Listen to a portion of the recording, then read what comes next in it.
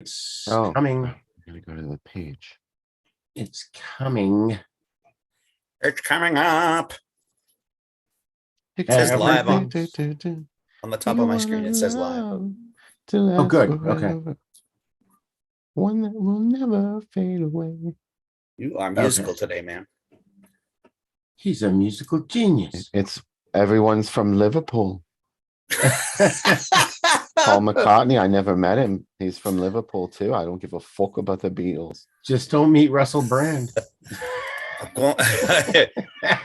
Fuck Russell Brand. I'll rip his fucking head off. Oh, he's God. very passionate though, isn't he? Oh, I mean, like, when he talks. You heard about the whole thing he's going through, right? Now? No, I haven't. Yeah, he's been accused of rape. Shut up. There's like 3 or 4 chicks that are taking him to court. You know we're live right These now. fucking people come out of the woodwork. Well, I mean, it's news. Russell Brand. I mean, hello, folks. These fucking people come out of the woodwork. I know. All right, folks. He did something wrong. Hold on. I can't.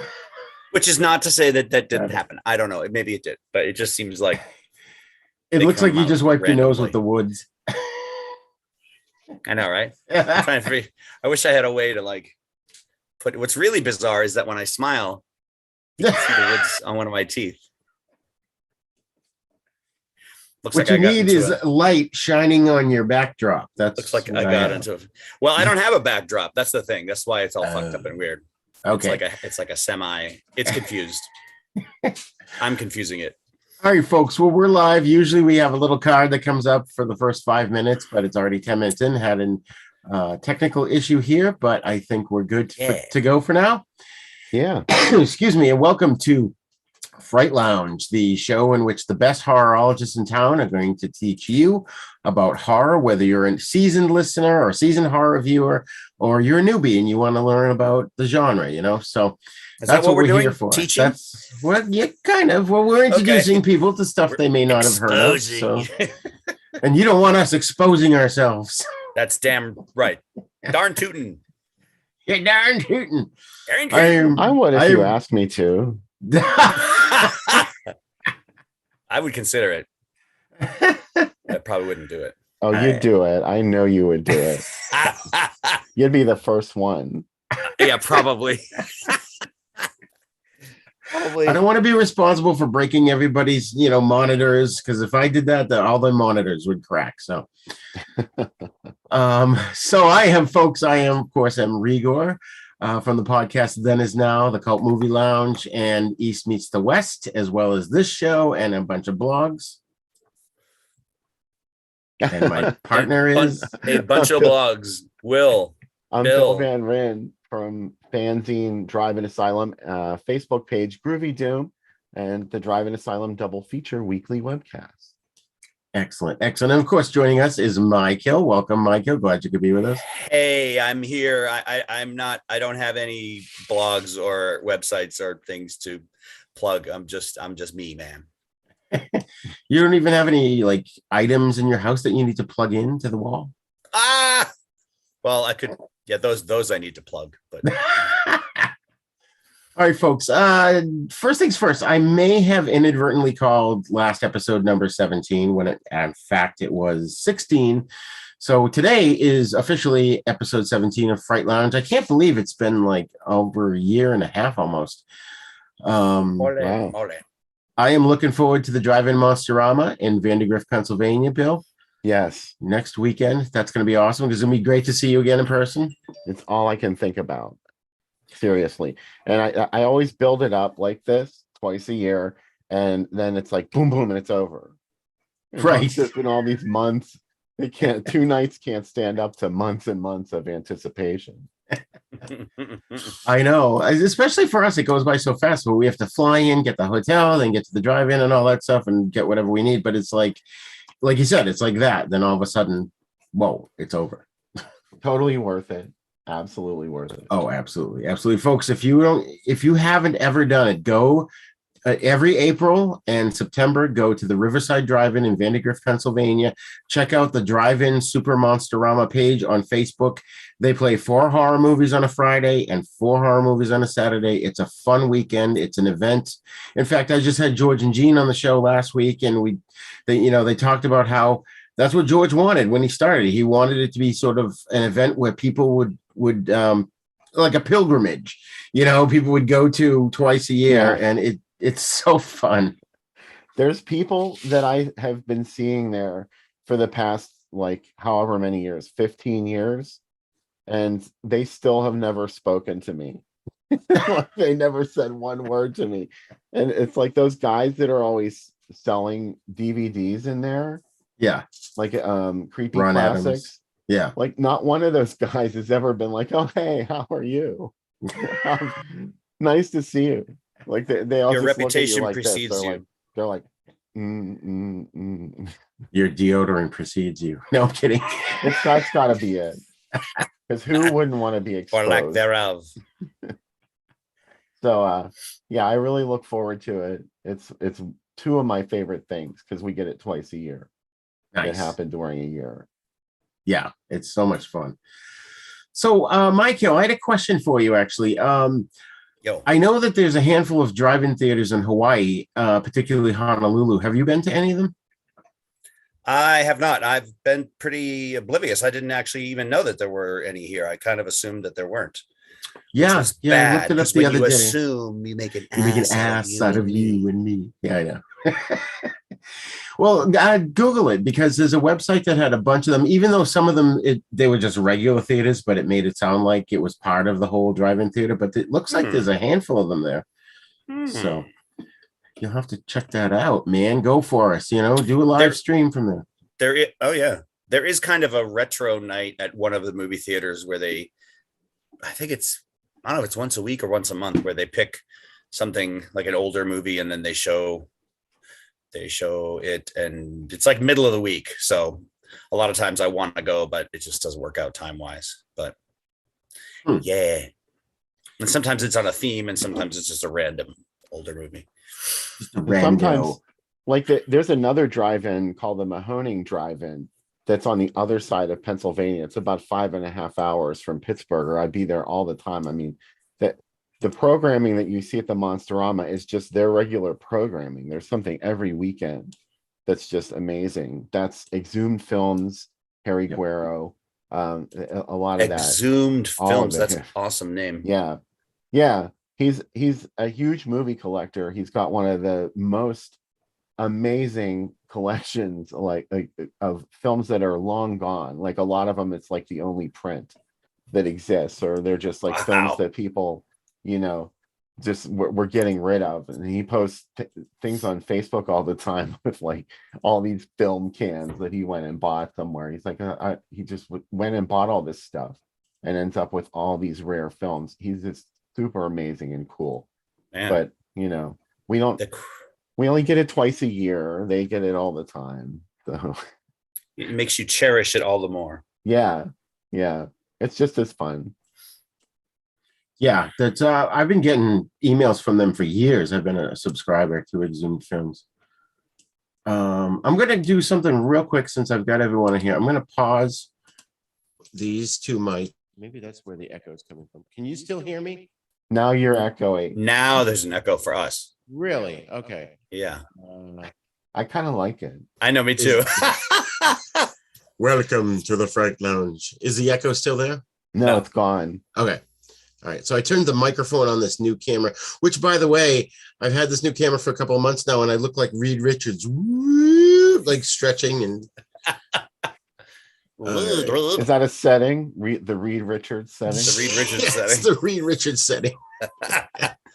It's in the video controls. All right. So it is. I don't know. For some reason, I don't have. Oh wait, let's try this. The echo is gone from my earballs. How awesome! Earballs. My earballs. I say that to Aiden all the time. I'm like, open your earballs. And your eye drums. Wait, what? Yeah, your eye drums. Balls and eye drums. All right, folks. So we've had some fun here already, and tonight hasn't even started yet because tonight we are discussing horror originals versus their remakes. And there's been a lot of remakes of various films of different genres over the years, and 95% of the time, in my opinion, they suck. Yep. Now some of the horror ones that come to my mind are the remake of Amityville Horror with Ryan Reynolds. That was just god awful.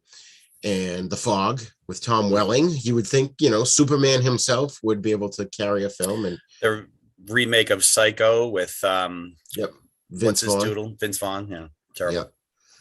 That was bad. Bill, anyone's come to mind for you? Bad remakes? Yeah, horror. Not all of them. All of them. That horrible Halloween 2018. That's even the Rob Zombie. You said you hated the Rob Zombie Halloween. Well, I like the Rob Zombie Halloween a lot more after seeing Halloween 2018. Oh. But 2018 is not a remake. It's a direct sequel to the first one. Well, a reboot, whatever you want to call it, because it was a remake, sort of, because they didn't actually use the timeline of the series. Oh, so, there's like 3 different timelines if you watch all the movies together. I mean, it went off and it did its own thing, but really, it was just sort of, what new did it bring to the table? Nothing. Yeah, it was all stuff that was in all the old movies.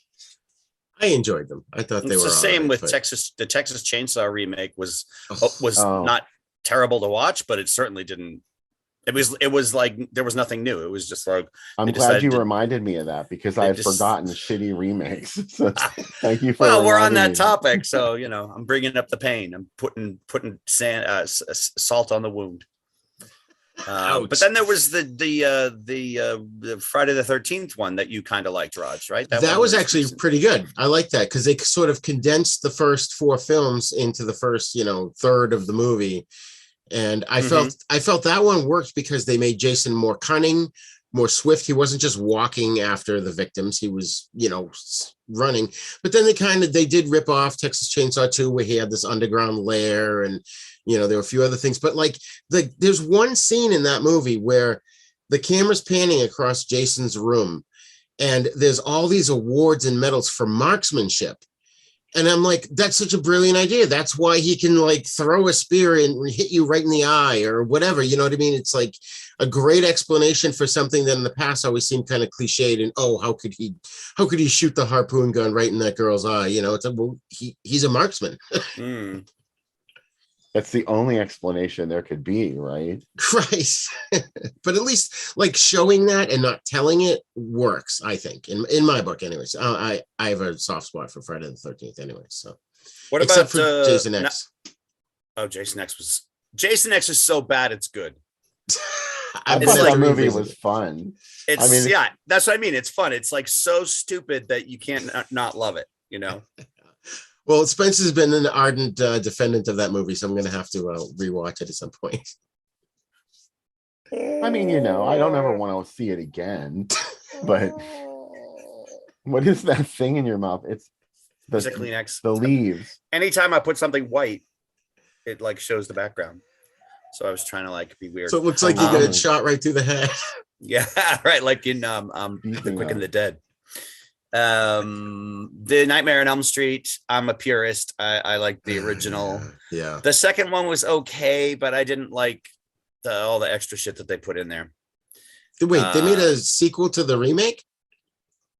No, we're talking about remakes, aren't we? Yeah. What did I say? Did I fuck that up? You said the second one. Did you mean the Nightmare on Elm Street remake? I meant the remake. I'm sorry. When I said the second one, the remake, it was a valiant attempt. I think they tried to respect the character and do something new with it. But maybe because I'm such a huge fan of the original Nightmare on Elm Street, I don't know. I didn't hate it. I didn't hate the remake, but I think I saw it at least twice. And there was enough stuff in there that didn't I don't know. I didn't like that they put in. Personally. Interesting. Well, folks, tonight the films that we're going to cover are the classic Howard Hawks produced Thing from Another World from 1951, starring James Arness, and its 1982 remake, John Carpenter's The Thing. Also, we're going to talk about The Fly, starring David Hedison, also known as Al Hedison, as he's credited in this movie, from 1958, and its 1986 remake, directed by Dave Cronenberg, The Fly, starring Jeff Goldblum. And finally, we're going to also talk about Invasion of the Body Snatchers from 1956, starring Kevin McCarthy, and its 1978 remake, directed by Philip Kaufman and starring Donald Sutherland, Brooke Adams, and once again, Jeff Goldblum. So Jeff Goldblum makes it twice tonight in our picks. Mm-hmm. All right, so let's start off with the original Fly. From 1958. And I'll read a brief synopsis here. When scientist Andre Delhomme tests his matter transporter on himself, an errant housefly makes its way into the transportation chamber, and things go horribly wrong. As a result, Delhomme's head and arm are now that of the insect. Slowly losing himself to the fly, Delhomme turns to his wife, Helene, for help. But when tragedy strikes, Delhomme's brother, played by Vincent Price, and Inspector Charis are forced to pick up the investigation. So, first impressions, Michael, when did you first see the original Fly? I don't, this was my second time watching it, but I don't remember when I saw it originally. It might've been with you because you were my first exposure to a lot of movies, especially horror movies. But I think I did watch it with you at some point, but on video, but I don't remember exactly when. Yeah. Okay. Bill? What was the question? When did we first see The Fly? The original Fly, yeah. And what was your first impression? I was a kid because I was a huge monster fan. You know, I read Famous Monsters and I'd been seeing pictures of it for so long. And I finally saw the movie. I was like, that's it. Wait, so you're a huge monster fan. You were huge and a fan of monsters, or you were a fan of huge monsters? Both. And it was exciting and I liked it. The huge monster fan in me loved The Fly, but when I first saw the movie, I was just kind of like, I was a kid and I didn't really appreciate it. But the thing that really disturbed me about it, I did find it disturbing, and there's a depiction of an animal's death in it. And it just sort of like was the first time I think I remember seeing something like that in a movie. Are you talking about the Jeff Goldblum one or the original one? The original one. With D'Angelo the cat? Yeah. He sends a cat through the... Oh, yeah. We don't telepod. See him getting mutilated or anything, but he's... No, but he just comes vanishes. Apart and never comes back together again. Yeah. But you do hear it meowing like hauntingly, so it's there somewhere in the ether. Not quite dead, maybe. Because its vocal cords were still together, I guess. Disassembled in the atmosphere. It wasn't the most logical concept of all time. I kept waiting for the cat to come back in some way, shape, or form. It could have come back as part of The Fly. Yeah. Oh my God. Well, I definitely saw this on TV as a kid. And, Vincent Price in my household was a staple growing up. So I always loved this movie. The fly head always kind of bothered me when I was younger. It just kind of creeped me out. But that's good because I think that's what classic horror movies are supposed to do is, creep you out. So, and again, and I'm going to say this again, when The Thing from Another World comes around, this is another one of those characters that was just in all the monster books that I read and consumed growing up in the magazines and stuff. So for me, The Fly was just one of those elements of horror that was just always present in my life growing up. So this movie was directed by Kurt Newman, who also did Rocket Ship XM and She-Devil. Now, here's something interesting, and tell me if you guys have heard this before, but apparently in 1977, Italian horror maestro Luigi Cozzi somehow got the rights to the 1954 Godzilla film and released a colorized version. And Kurt Newman supposedly directed some additional footage, but I couldn't find that. I couldn't figure it out if because, he had directed this movie in the 1950s, maybe he directed some of the Raymond Burr scenes that were added into the American version of Godzilla. For the I don't know, somehow it came together in the 1977 version. Have you guys heard of this at all? Yeah. Oh yeah. Yes. Oh yeah. Well, I remember it for one thing. Like, I don't know how I first came to be aware of that version, but I totally forgot about it because I'm not really into Godzilla. So I was just kind of like, okay.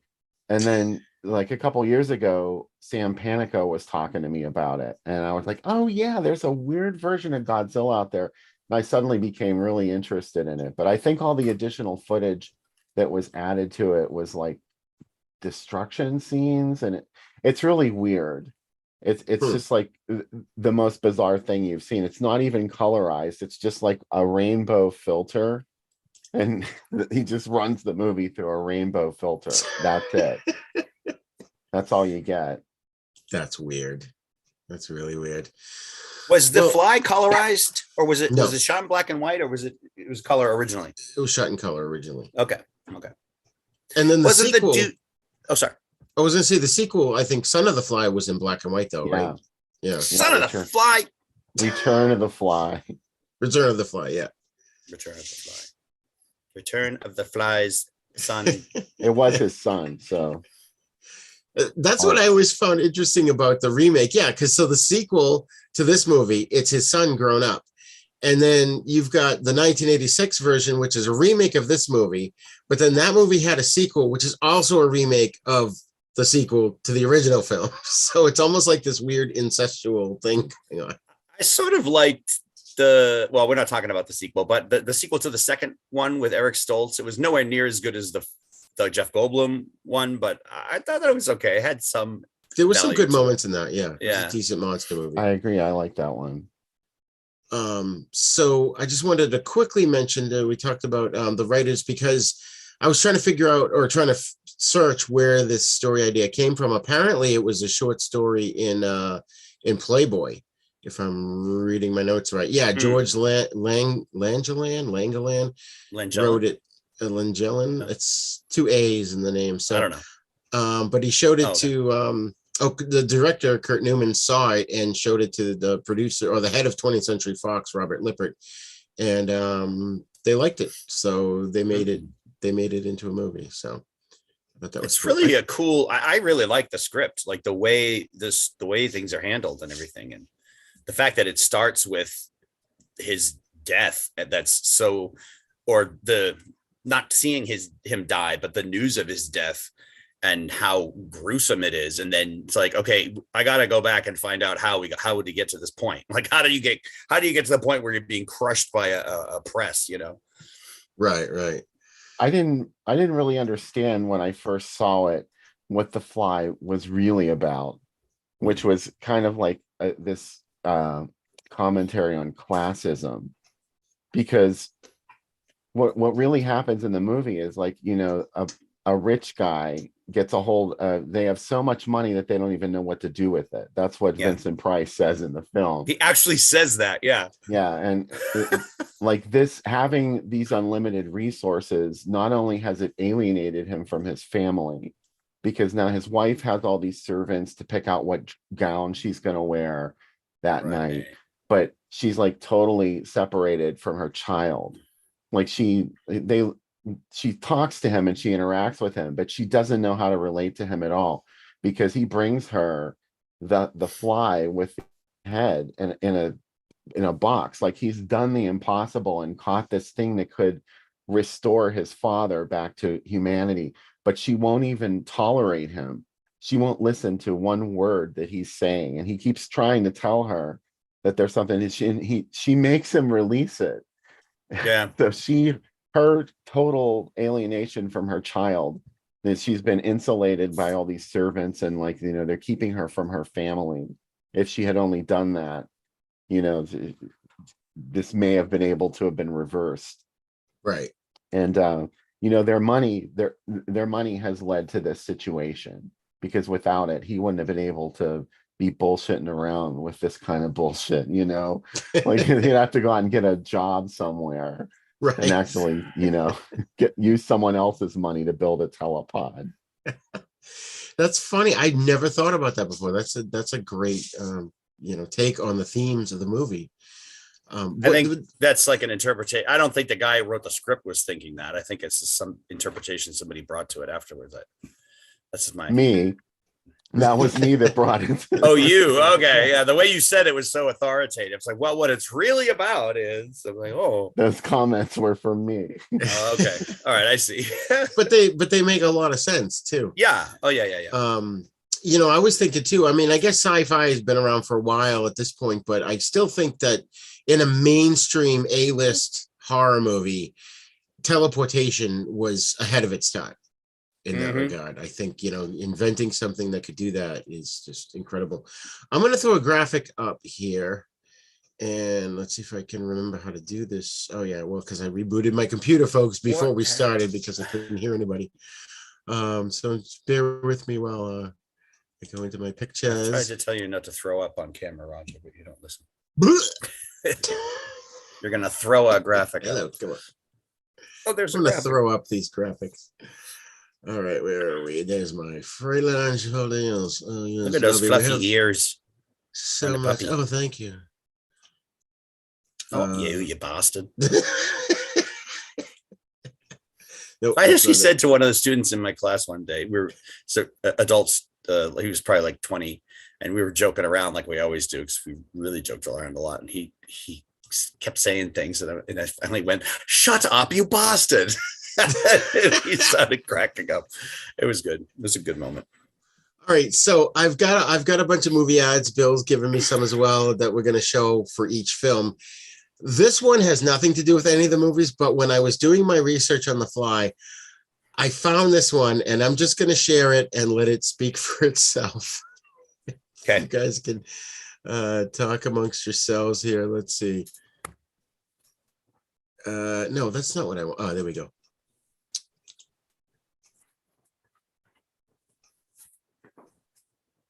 What is wrong with this picture?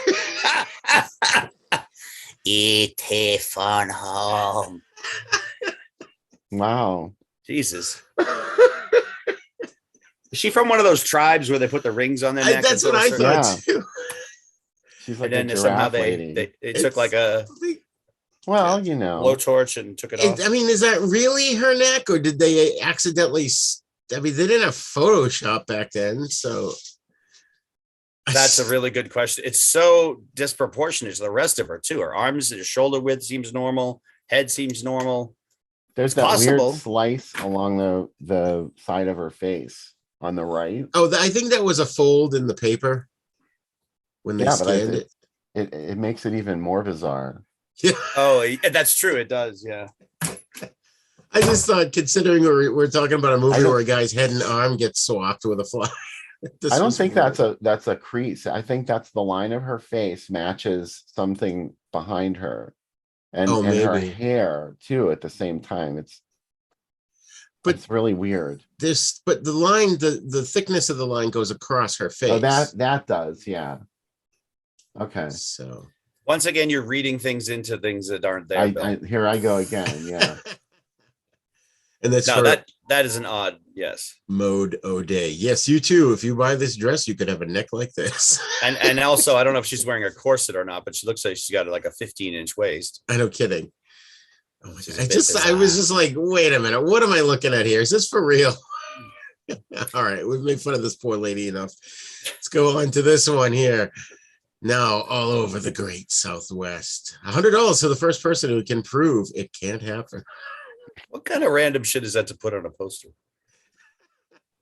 Well, it's unfalsifiable, so yeah, you'll never have to pay anybody $100. Yeah. It's about getting butts in seats. No one admitted alone without signing a waiver at the theater. Like you do when you go skydiving. Right. I understand that I may be permanently maimed by this. I may drop dead in the middle of this film. It may cause gas with oily discharge. Can you imagine the waiver? Yeah. God. What's really funny is this is not just the head. It's like it's got arms too. It's like a whole fly body. Yeah, the shape of the face is different too. What's going on there? It almost looks like it's got fangs. Yeah, those are like fangs right there. Or what are those maybe? Or I don't know. It's really tube. Some of these ads, man, even Bill, I think you sent me one that I had as well that was just really weird. Like, there we go. Now you can see. There we go. It's like, buzzing Sounds to the have biggest space. fangs. Yeah, I know. But most people didn't know that back in. Teeth.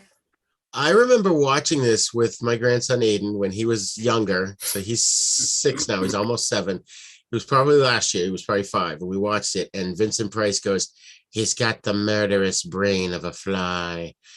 And he was like, every time he saw a fly after that, he's like, "Is a fly going to murder me? I don't want to be murdered by a fly." That's a strong accusation to make against a fly. That It you have kind a of murderous is. brain. How do you Yeah. know? All they want to do is eat shit. Who cares? They don't care about killing people. Yeah. I mean, I would say that about a spider, possibly, because they're constantly on the hunt for, Right. things to consume. But So this one's from the LA Times. So anybody watching from the LA area, you've got some old theaters here. I don't know anything about them. So I can't see. Can you guys see what the second feature is at the bottom? Just because I've got all this Zoom stuff in my way. Oh, there we go. Plus second. It just says plus second features. Oh, okay. it doesn't say Second the name, features plural. plural. Interesting. All right, and then we've got this one here is also, this one's from the Chicago Tribune. And I picked it because it had this one here, but I figured to make it a little bit bigger. So we got the Fly here playing with Space Master X7, Yeah. I'm sorry. I think that's the thing that it played with most of the places that it screened. Space Yeah. Master X7. A lot of the articles I saw said it's playing along with Space Master X7. Although I think I saw one that said Rocket Ship X7. I could be thinking of a different movie. No one seated during the final 10 minutes of the Fly. Final Again, 10 isn't minutes. that? Fuck. But isn't that incorrect? Isn't it supposed to be no one seated after the first 10 minutes? Didn't we talk about this once before? It should be, yeah. No, I think they just didn't want you to walk in and see the climax of the film because I don't know, maybe they thought you wouldn't hang around to see it again. Oh, that's true. It's like a spoiler alert. Oh, for That people who makes got sense, yeah. tickets to the following show, right? Okay. Yeah. That makes sense. And it's a suspense thriller in color. Color. We've got another one. This one's from the Boston Globe. New England theaters. Naked and the Dead. Not a good way to be. Well, second half of that, anyways. Not at the same time. Right. Yeah, exactly. Oh, look, there was a spook show at the Cambridge. Dracula and House of the Living Dead on our stage Tuesday, August 5th. Nice. Wow. That's awesome. I wonder who the host was for that. High Hell, the High School Confidential, and House of the Living Dead. Dracula in person. Oh, Dorchester was doing it too. High hell. That's interesting. Mm. And let's see. Oh, we got another one here. Okay, this was just an article. I won't read the whole thing, but I just thought it was interesting. It basically says that, most horror and sci-fi is pretty unimaginative, but this movie is pretty awesome. And then it kind of gives a description. But it's funny because it just describes the first 10 minutes. It's like she killed her husband. Apparently she's insane. And what is her complex about the flies? And it's like, well, all right, you're kind of misleading us because you didn't actually probably watch the movie. You watched the first 10 minutes and They walked out and paid her wrote this. to publish this to get people intrigued. So, and then this I thought was a cool one. That's cool. Except it challenged the supreme power of the universe. Really? How? Breaking matter down, converting matter. I suppose, yeah. What does it matter? Cannot be created or destroyed. All over the great southwest, the fly that was buzzing around the house had once been her loving husband. Okay, now that line does that kind of cancels out the coolness of the image. The monster created by Adam's Gone Wild. It's like a new kind of porn. Adam's Gone Wild. Yeah, right. No one admitted alone. That I always found is the funny thing. Even growing up, it's like the fly is considered one of the classic monsters. I mean, okay, yeah, he is a monster, but he doesn't actually kill anybody. He doesn't do anything villainous. He's just a dude with a fly head, But he's scary. But he might do something terrible. With that murderous brain of his, I suppose. Yes. So and the cat. I mean, there's the cat. Don't forget about the cat. Dandelo, yes. Although he wasn't the fly at the time. That's true. Does it count? So this one it must be the same theater because this again, the LA Times, because no one's allowed to leave without signing a waiver. Raj, I think we talked about this before, but was the main actor in this who played the scientist, was he also on that TV show 20,000 Leagues Under the Sea? No, he was on Voyage to the Bottom of the Sea. Voyage to the Bottom of the Sea. Okay, I'm sorry. With Wasn't Richard there Basehart. there was a movie and then there was a TV series that was like trying to. Okay. Yeah. Because I knew I had, as soon as I saw him, I thought submarine. You know, I was like, why did you go all falsetto when you said Richard Basehart? Richard Basehart, because on the Mystery Science Theater 3000, the character Gypsy is in love with Richard Basehart, like totally infatuated. She'll go running around going, Richard Basehart's here. But yeah, I remember David Henson from that, and also he was Felix Leiter in a couple of the James Bond movies, and then he came back again. I think he was one of the only actors to play the same character a couple times, except for like the boss and Miss Moneypenny. And then he came back in License to Kill with Timothy Dalton. He got fed to the sharks in that movie. The Sharks. He played Q? I mean, he played Felix Leiter. Yeah, he was the CIA agent. Felix. Yeah. Felix. Wow, I don't remember him in the. Oh well. Anyway,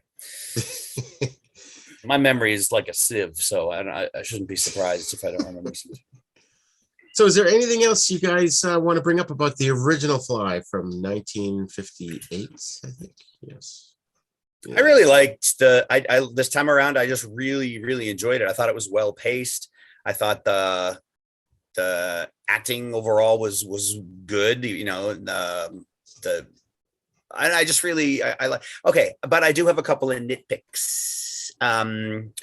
Well, one nitpick. I really feel like if you know that age old thing that Hitchcock said, if you're going to have the person shot with a rifle at the end of the movie, you got to show the rifle hanging above the doorway, or whoever said that. Like you can't introduce something new at the very end that wasn't there before, kind of thing. Right. I kind of feel like before he went full Fly, like before he did that, they should have shown the audience that he had a bigger human-sized like chamber or whatever they call it, the teleportation pod in the lab before he did that. Because then, or I don't know, maybe they wanted it to be mysterious, but he got transformed, and then when she went in, she noticed that there was a bigger one in there, and it was like, oh, okay, he got in, and but before that, the one was small. So it just seemed like, I don't know. I kind of felt like that was like I don't know, like I just feel like the audience should have known that he was going to try to do transmitting himself or transmitting something bigger before we realized that he got mutated. I don't know. It just seemed odd. Like, oh, he's mutated because he did the thing. And wait, how did he do that? Because the things are so small. Oh, there's a big one. Oh, okay. Like it just seemed, right. I don't know. That's all. But I loved it. I could see that. Yeah, that makes sense. I think it's really scary when he's got the sheet over his head, and then she pulls it off, and it's fucking scary, man. Scary, man. Some scary shit. Bill? I'm always horrified by the fact that somehow there's still part of his brain that is enough. There's enough there that he can communicate with his wife, and like he still has reason. He can still reason, and yet there's this other side to his brain somehow. That's really bizarre. That's even scarier than the fly head and the hand to me, and because he's trapped in there. He's really like him. Part of him is in there, and part of him is also in the fly because it can talk. You don't really know whether it was him or not, but somehow the part of him that the fly took gave it the ability to talk and to scream, and it's really weird. I know. I always wondered that. I thought maybe the heads swapped, but the brains didn't somehow. But then, like you said, he goes, "Help me," which, by the way, is one of the most disturbing scenes in cinema history. Yes. Oh my God. So absurd. It's so weird. And that giant spider comes towards it. It's like obviously a little felt puppet thing. And they squash it with a rock. I thought they were going to like capture it so they could show it to people. Like, look, this is proof that this happened. But yeah. Why One would thing I you do liked about that? this movie is that they that were able to maintain. Like I found myself not I want to say on the edge of my seat, but I was feeling the suspense. One when they were trying to get the damn fly at different points, like and try to get it before without squashing it. There were parts. It's a silly thing, but in that movie, it was like, oh no, don't do that. Oh, get him. Oh, you're too slow. Like I was really into it. And then also when he was typing on the machine to tell her how he was feeling on the machine, on the typewriter, he was typing the letters to her with one hand. And even then, when she would read one and he'd be typing another, and I'd be like waiting, oh, what's the next one going to say? Like Right. it's really simple things. But for me, it worked. I was feeling the suspense at those moments. Cool. Yeah. Cool. All right. Yeah. I mean, to me, this movie's a classic. It's, going back to it, it's like comfort food. Even Vincent Price being in it is awesome. As little of it, I'm sorry, as little screen time as he has, it's just, he just adds a gravitas to the movie, which I think is great. And like I said, that whole final sequence with David Edison's head on the fly in his arm, help me. It's just so disturbing. No. So I'm just going to put the graphic up. It's going to say 5 minutes. I need to take a quick break. It's going to be far less than that, folks, but just bear with me. And let's see. We will be right back in literally like 2 minutes. Oops. Okay. I did something wrong here. And sharing is caring. There we go.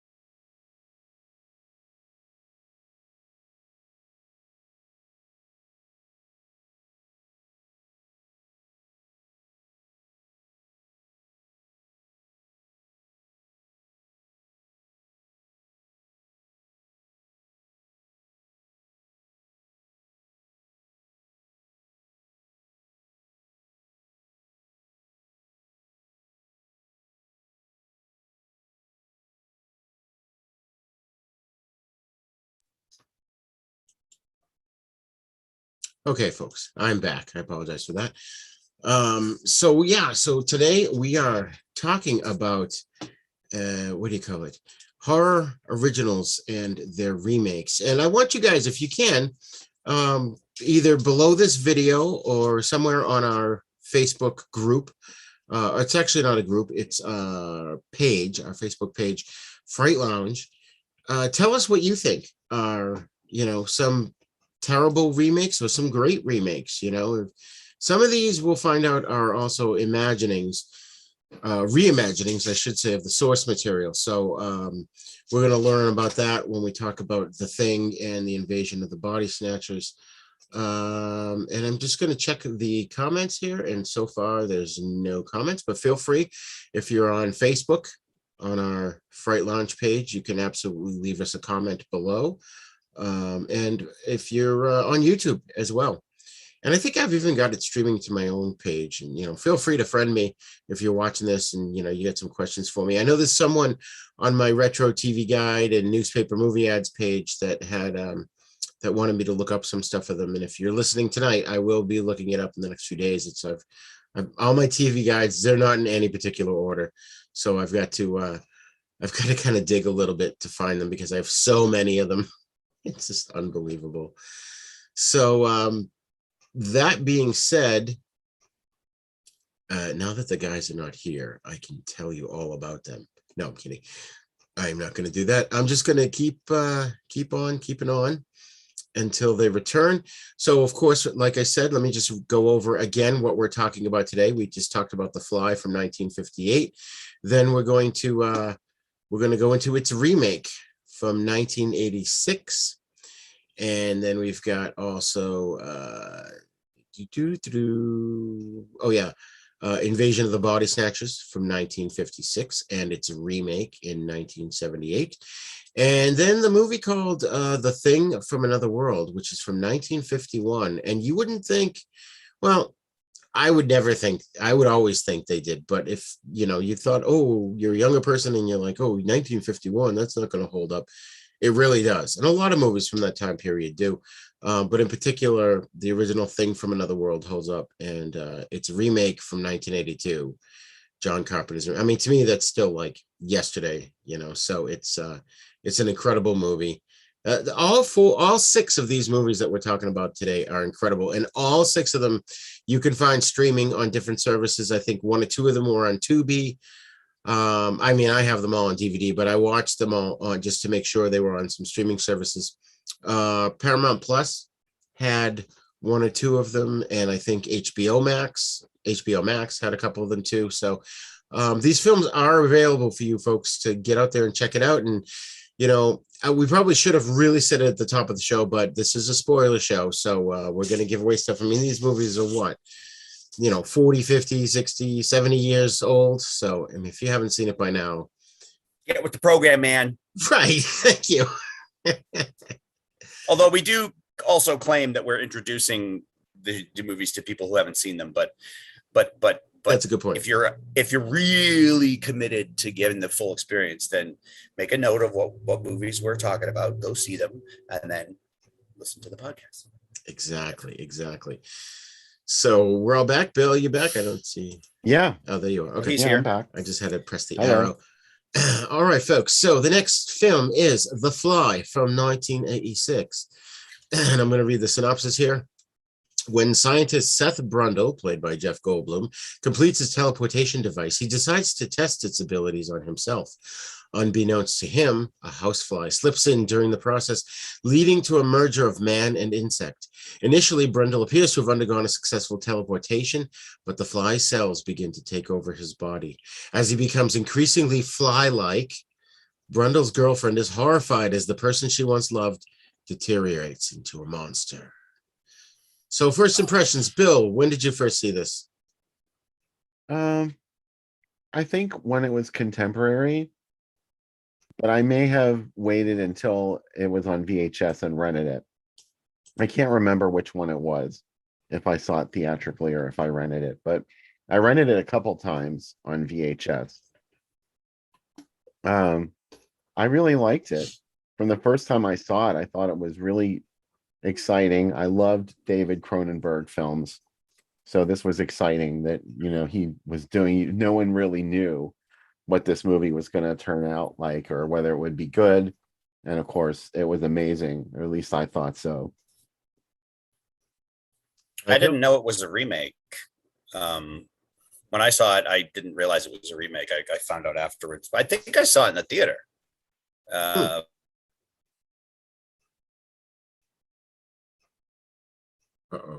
The first time, like it goes through and the teleporter turns it inside out. That freaked me the fuck out when I first saw that. But the movie overall was just great. I just loved it. I thought the way they handled all the weird things, and then him climbing up on the walls, I was so excited because I was like, oh, that means I can do a Spider-Man movie, Yeah. Yeah, it's awesome. Oh my God. Yeah, I'll never forget seeing this in the movie theaters. My parents took me to see it, and I remember us being excited because we loved the original. We may have even known at that point, I think we knew who Jeff Goldblum was because of Body Snatchers, because we had seen that one. Yeah. But back then in 1986, when they shut the lights off in the theater, it was pitch black. There were no other lights on. Maybe like a string of lights across the, down the walkway so you could see. But, I remember going in there with my parents, couldn't see anything because, of course, we were late.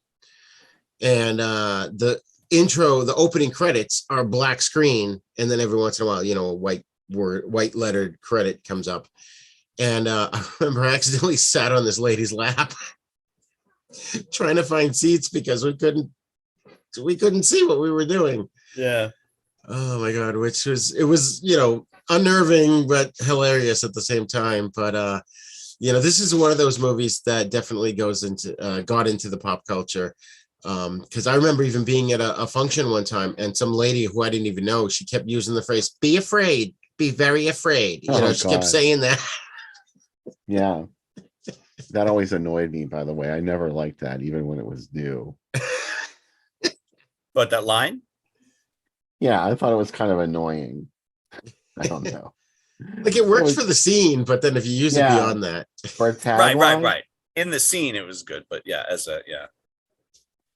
that's like people that use it, they don't even know what they're talking about. I hate what I hate. What I really hate, now that we're on that kind of thing, I hate it when like hosts of shows will be like, today we're going to talk about the good, the bad, and the ugly of AI. We're going to talk about the good, the bad, and the ugly of the current economy. It's like, do you even know what you're saying? Do you? Because no, you don't. You're just saying the good and the bad. Just say the good and the bad and then leave it. Don't say the good, the bad, and the ugly because you're talking about. Drives me nuts. And it happens all the freaking time. People who had never even heard of the fucking movie are using that phrase. Oh, there's so many phrases that people use. They don't know where they're from. Yeah. McFly. So apparently Mel Brooks produced this movie. Which, really? If I knew that fact, I forgot about it. Yeah, and he wanted Pierce Brosnan to play Seth Brundle, but Cronenberg would have none of that. And then they wanted. Yeah, he would have been too handsome. Yeah, no kidding. Can you see him? I don't know if I can see him in this role. I can't see anyone but Jeff Goldblum in this role now. Yeah, Jeff Goldblum's so great. I mean, they wanted John Malkovich and John Lithgow and Michael Keaton and Richard Dreyfuss, and they all turned it down. Dreyfuss wouldn't do the makeup. Goldblum was the only one that was. No. Yeah, Lithgow maybe, but I think even then he was probably older. Because that was around Buckaroo Banzai time. But yeah, I don't know. It's hard to picture anybody but Goldblum. Basically, Goldblum was the only one that was like, yeah, I'll do the makeup. It's 10 hours. All right, fine, whatever. Yeah. And let's see. I guess a lot of the actresses they looked at were disasters. And then it ended up being Gina Davis because she actually was his real life girlfriend. I thought they got together because of this movie, but they had been together before that.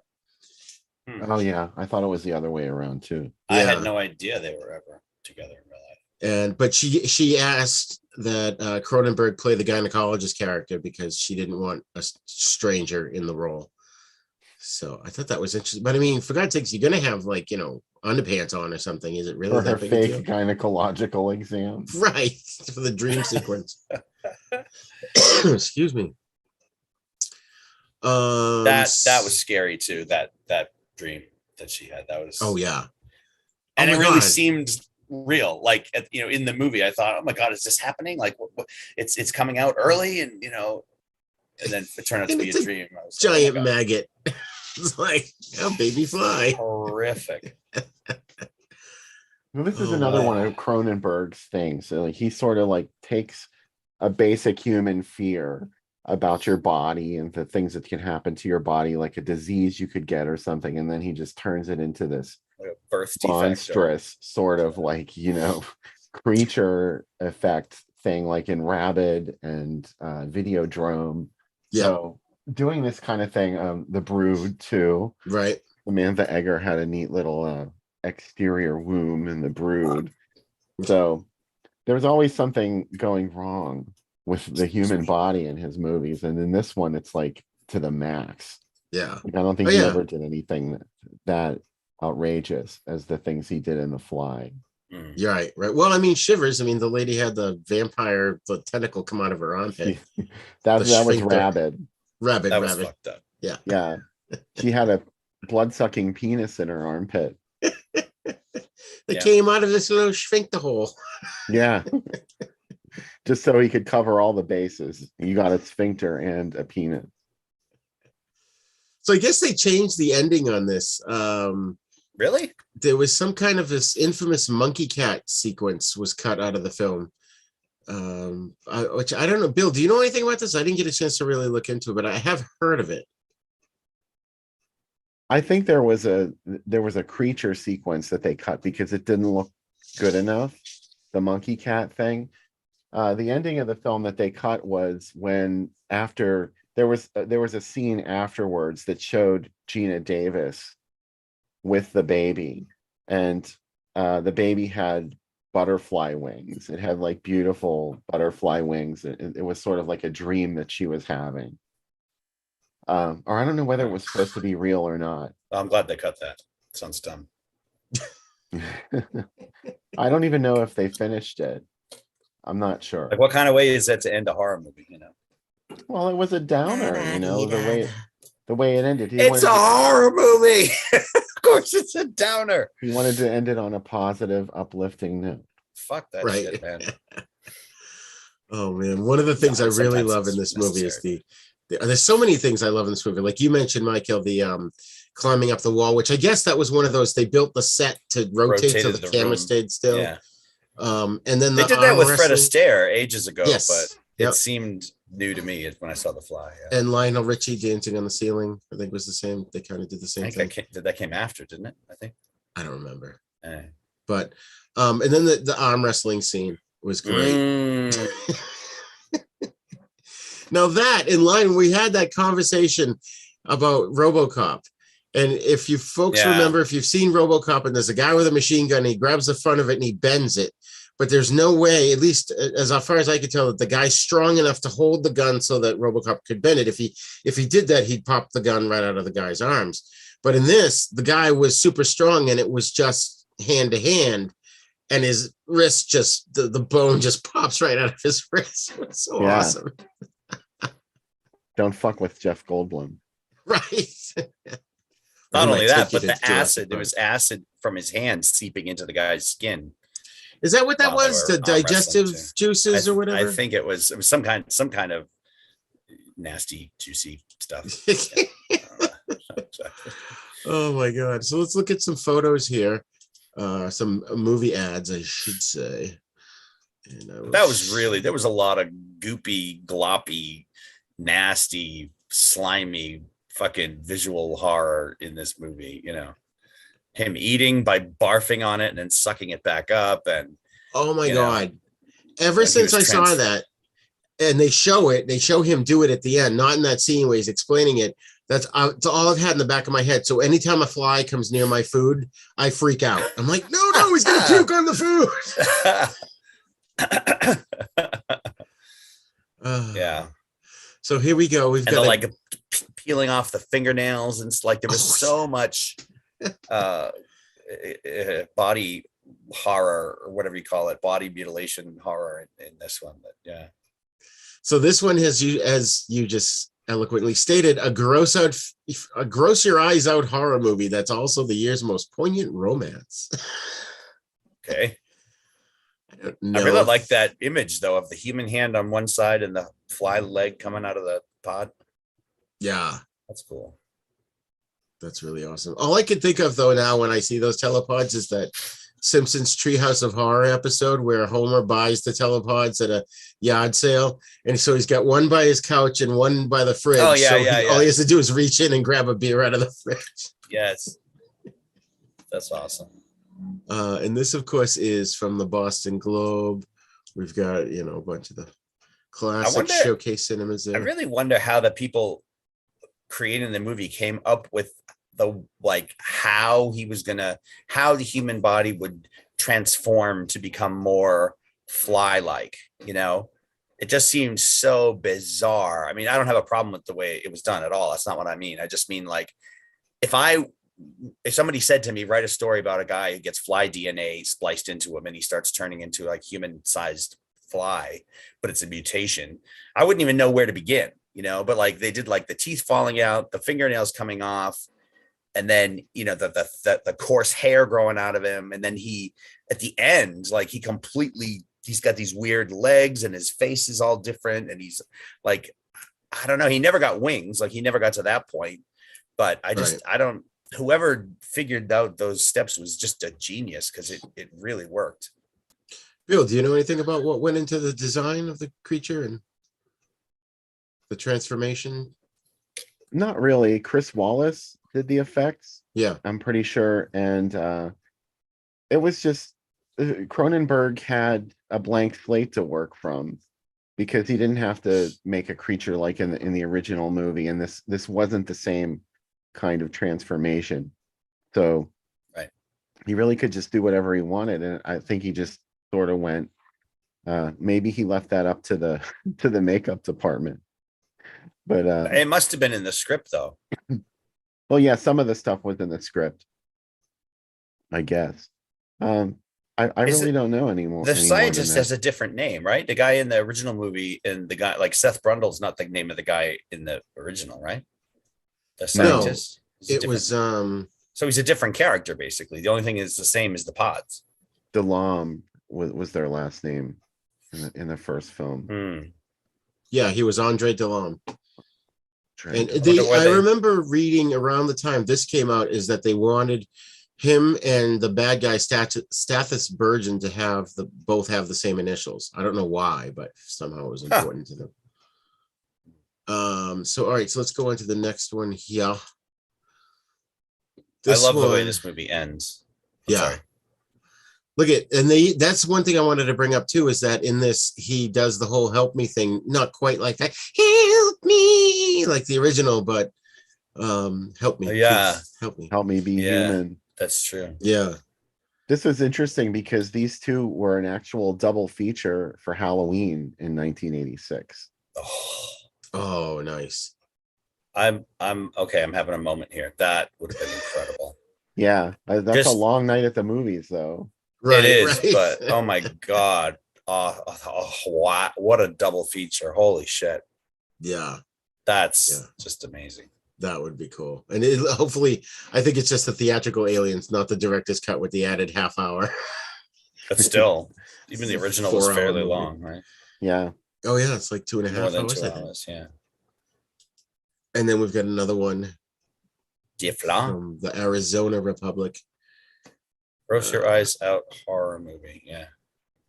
I don't know if I would say it was a poignant romance, but I she was just gonna say, yeah. sticks around and tried to. I guess that's one similarity between this one and the original is that the woman, even though the first one it was his wife, but in both cases, the love interest, the woman character, makes a pretty strong effort to understand what's going on and try to help him. She doesn't just leave him right away and go, "Fuck this, I'm out," you know. Right, well, she right. kills him too, just like in Right. the original. Yep. Right. Well, Oops. okay. Oh, that's right. You're right. I remember. Yeah, I just love him putting the gun against his head. Yeah, Like- Yeah.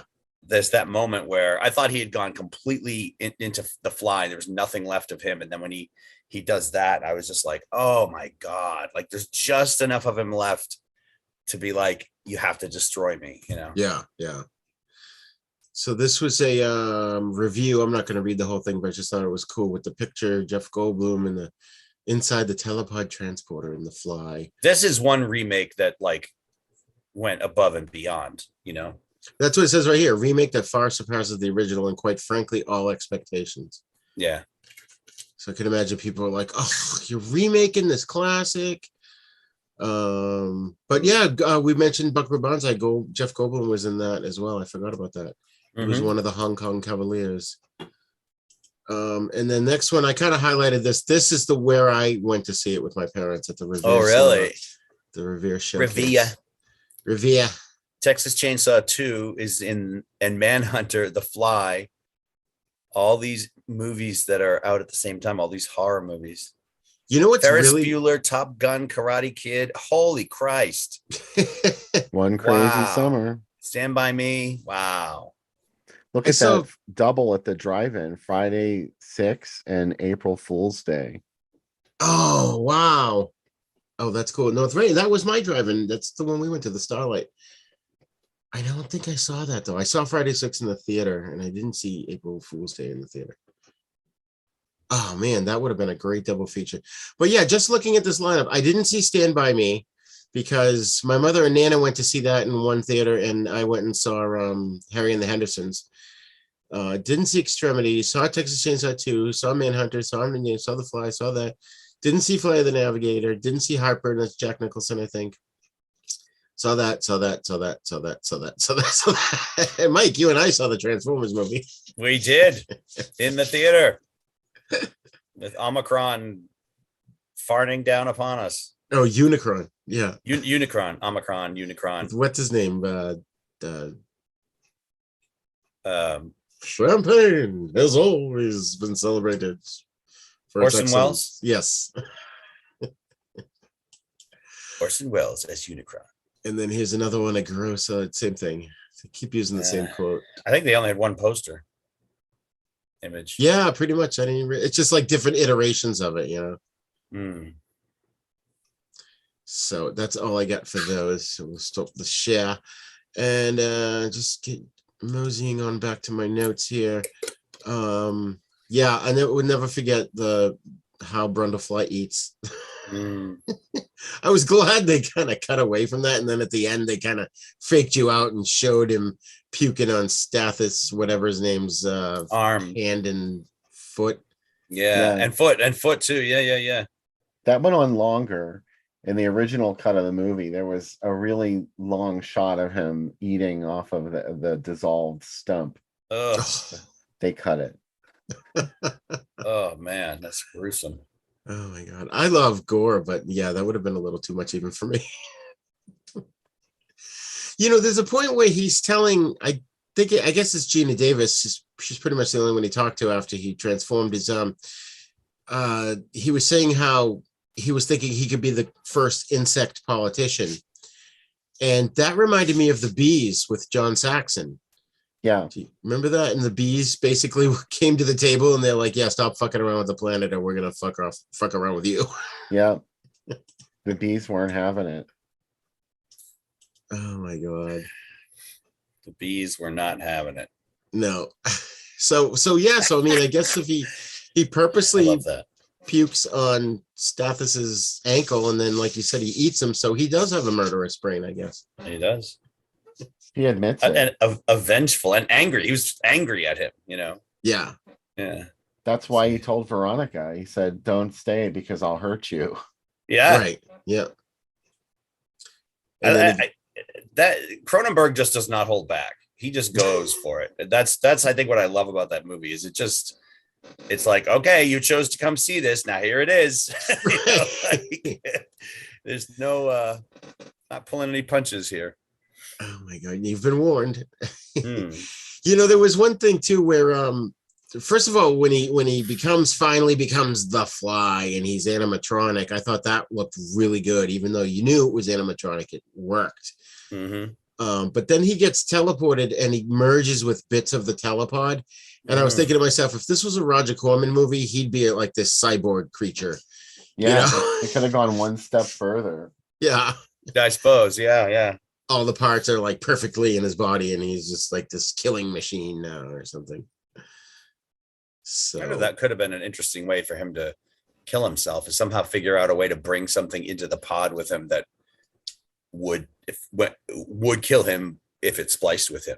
Like if he had wanted to kill himself earlier on before he went. Right. Yeah, that makes sense.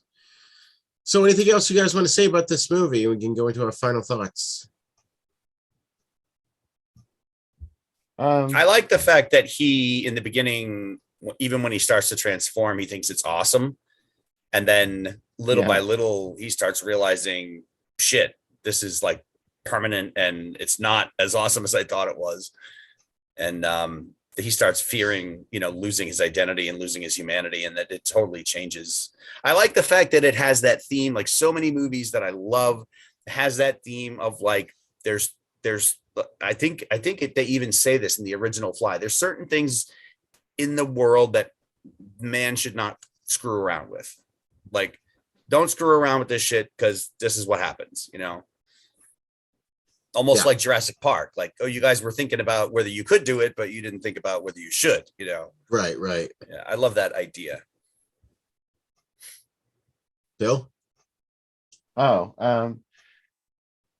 This was a big deal to me when I was younger. I really don't think about it all that much anymore, though, because I don't know. It's due for a revisit because it's been a while since I actually watched The Fly. So it's due for a rewatch. You know, I'm a huge Cronenberg fan. This is one of his movies I don't watch too often, so I should change that. You should. You should have watched it for the show, man. Well, it's just I know it so well, Right, you right. know. It's Yeah, I watched it so many times that I feel like it's ingrained in my DNA. yeah, I really wanted to, but I just didn't have enough time to rewatch this one and also the John Carpenter thing. I was like, I gotta pick my battles with limited time. Like, those I know those. I've seen them both a bunch. Yeah. No, I didn't think I was going to be able to watch them, but I was able to squeeze them in just because I don't go to sleep anymore. So, all right. So next up, I just wanted to say too, I thought this movie was great. The performances are awesome. It's not a bad take on the original. I think, comparatively, original versus remake, it's far gorier. So for those of you at home who are deciding whether you want to watch these movies, if you don't like gore and blood, you're probably going to want to watch the first one and not this one. Although there's a surprising amount of blood. We didn't even talk about that in the first one at the opening sequence. The opening, yeah. At the murder, the death scene. Yeah. So I was shocked at that, but it was done tastefully. So, I mean, I guess insofar as a blood-soaked, printing press could be, but or whatever it was, machine press. But I think it was able to take the original, which, the original works as it is. Okay, his head and his arm get swapped. Do the brains get swapped? We don't know. It's up for debate. But when you think about it, if you were to do that today, there's no way you could get away with that. It'd be like, oh, that looks stupid.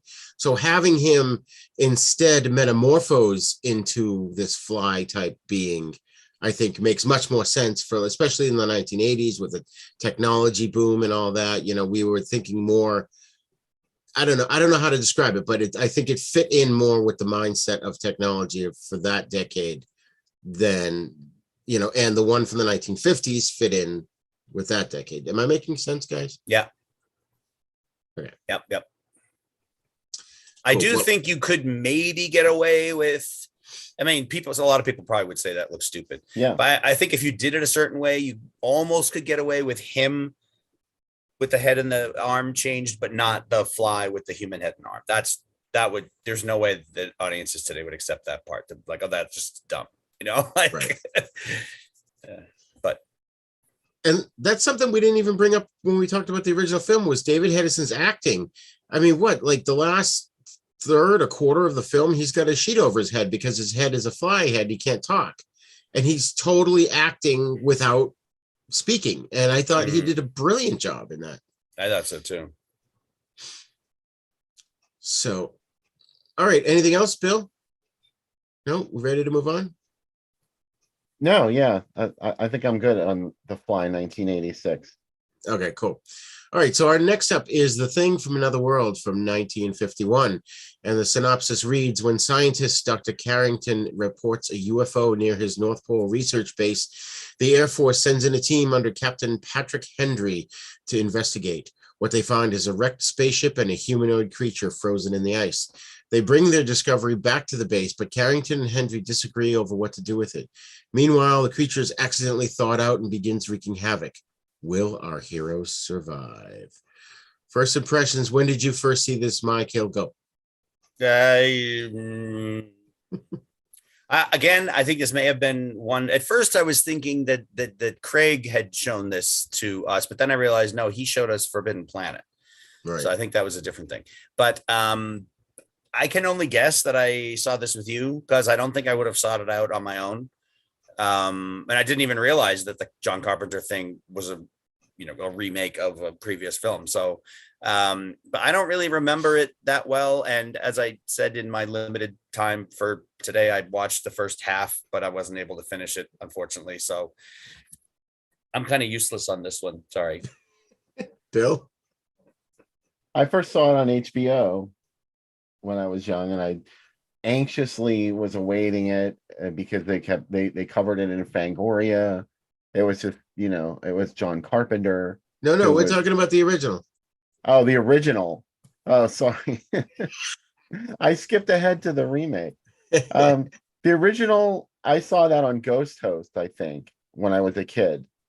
And that's pretty sacred to me, those movies that I saw on Ghost Host. So in that regard, I really like thinking about The Thing. But in retrospect, it really wasn't that scary. I never even thought it was that scary back then. It really just has that one great moment where they open the door and it's standing right there. That's the best shock moment in The Thing. I think the rest of it is kind of sterile, if you ask me. But maybe that's because I've seen John Carpenter's sequel, so he made it look sterile in retrospect. Right, right. Yeah, I mean, I definitely saw this on TV growing up. I'm pretty sure I saw it on Creature Double Feature in Boston. It's another one of these movies. All three of these movies tonight, they were in all the books and magazines that I read growing up. So it was part of my childhood. My mother has a funny story about when her and her brother and their friend went to see this movie and when it first came out. And afterwards they went back home and my parents used to have a garage in their yard.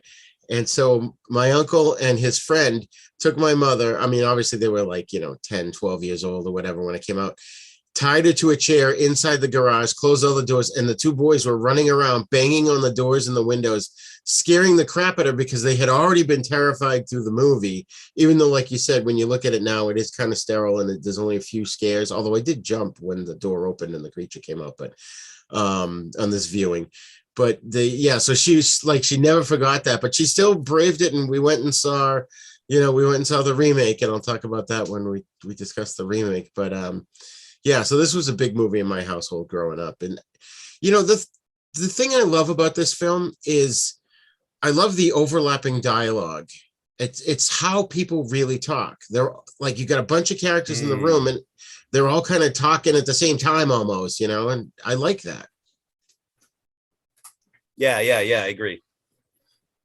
And there was a debate whether, because when you look at the director credits on IMDb, you've got Christian Nyby or Howard Hawks, and supposedly there's a debate over which guy directed the film.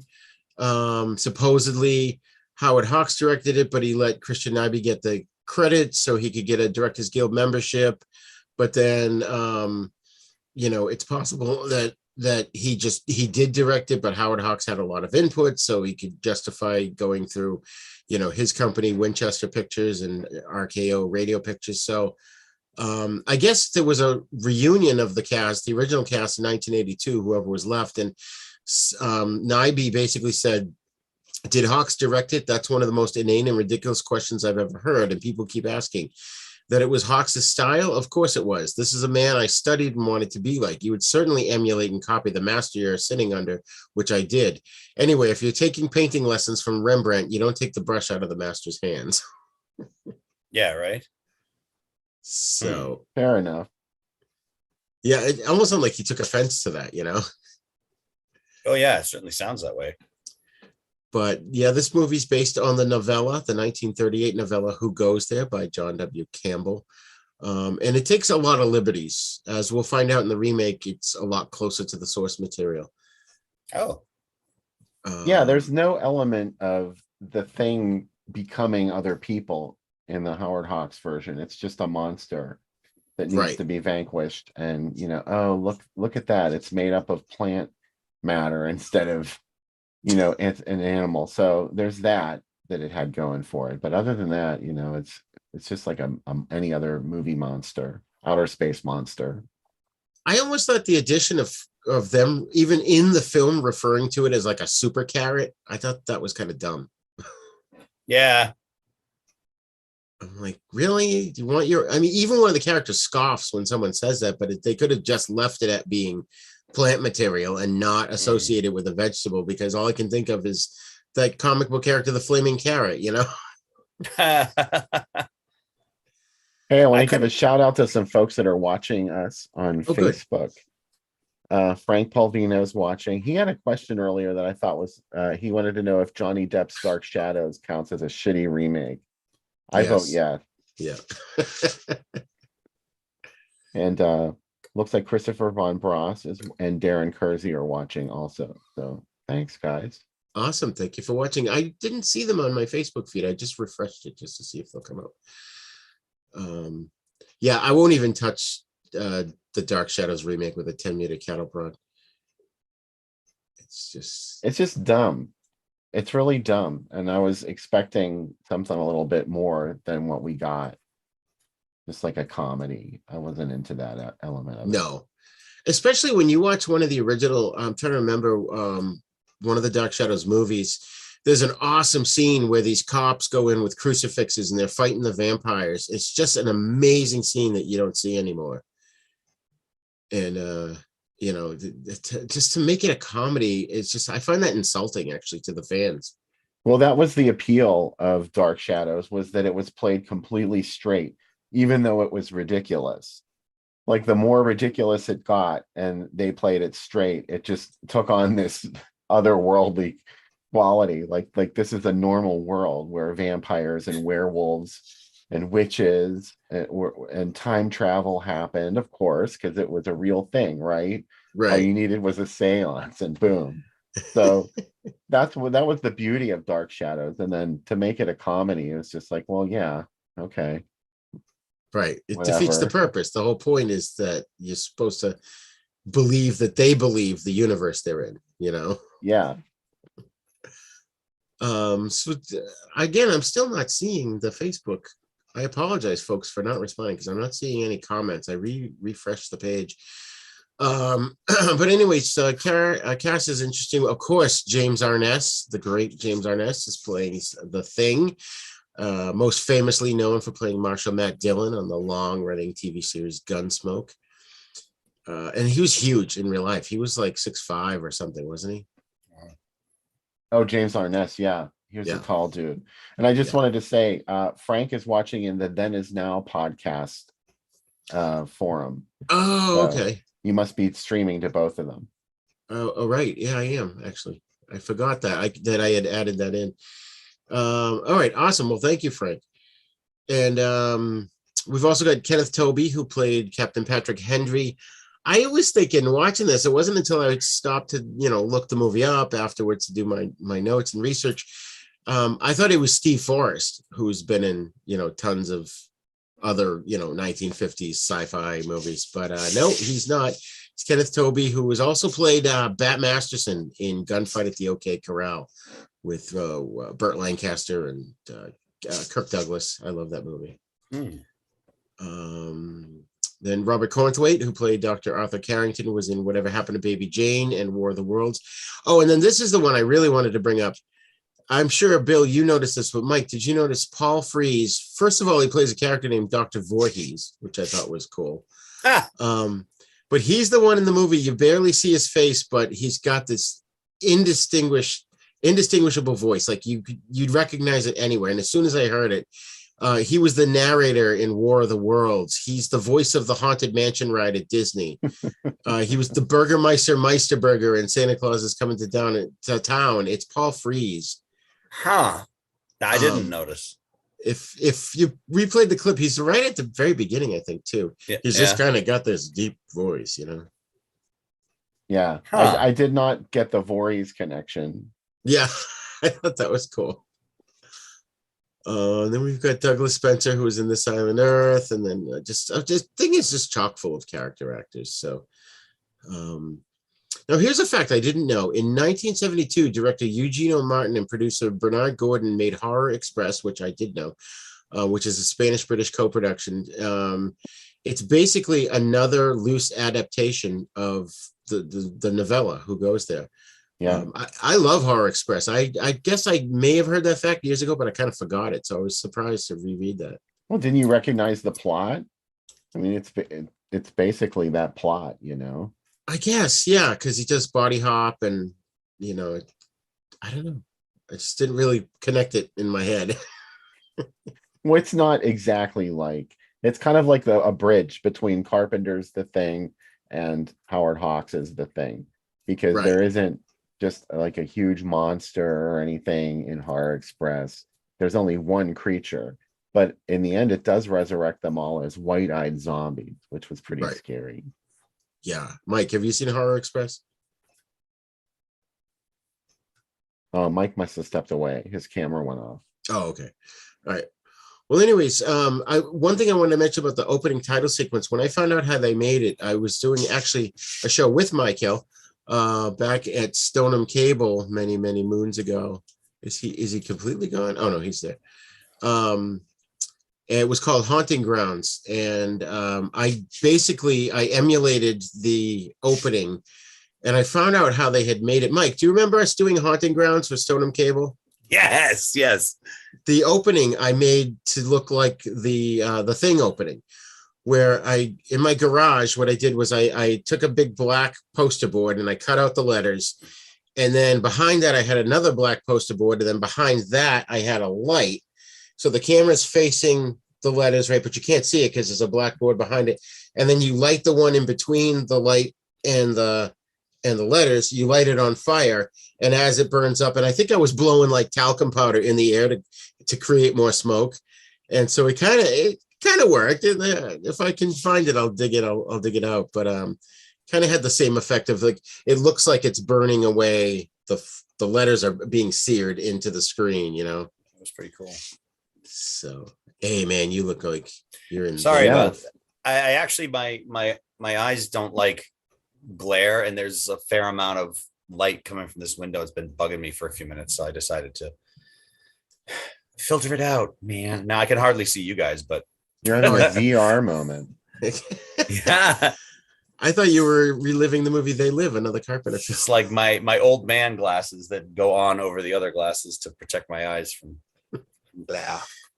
So there were a lot of little things we saw in this movie that we would see again in the remake, which was, one is the men standing around the perimeter of the thing with their arms out, the alien ship. And then that was done in the Norwegian footage in the sequel. The Thing thawing out in the lab, the blood supply. Dogs, yep. Thing, and when the Thing catches on fire, or they light him on fire, I should say. But it's interesting because this movie has one thing the other one doesn't have, and that's a female character. Actually, it has two. And I thought it was the subtext of the sexual tension between Nikki and the captain was really interesting in this movie. I gotta say, that bored the shit out of me.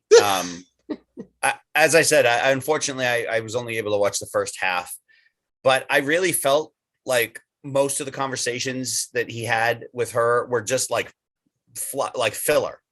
I was like, why the fuck? Like, there's this whole scene about how they knew each other and they used to know each other and what happened to you. And I don't know. Are you going to start over? Sure. Okay. Why don't I tie you up? Okay. Haha. Oh, let's have some drinks and talk back and forth and blah, blah, blah. It's like, that was like 10 minutes of the movie where nothing really happened. I mean, the scientists talked a little bit too long in some of the scenes too, I thought, near the beginning. Maybe just I was impatient because I was trying to get it done. But yeah. I hated that. I mean, I don't know what happened in the second half of the movie, but the first half of the movie, with the two of them were flirting with each other, and I was like, really? Is this part of the story, or like, why am I watching this whole? Yeah.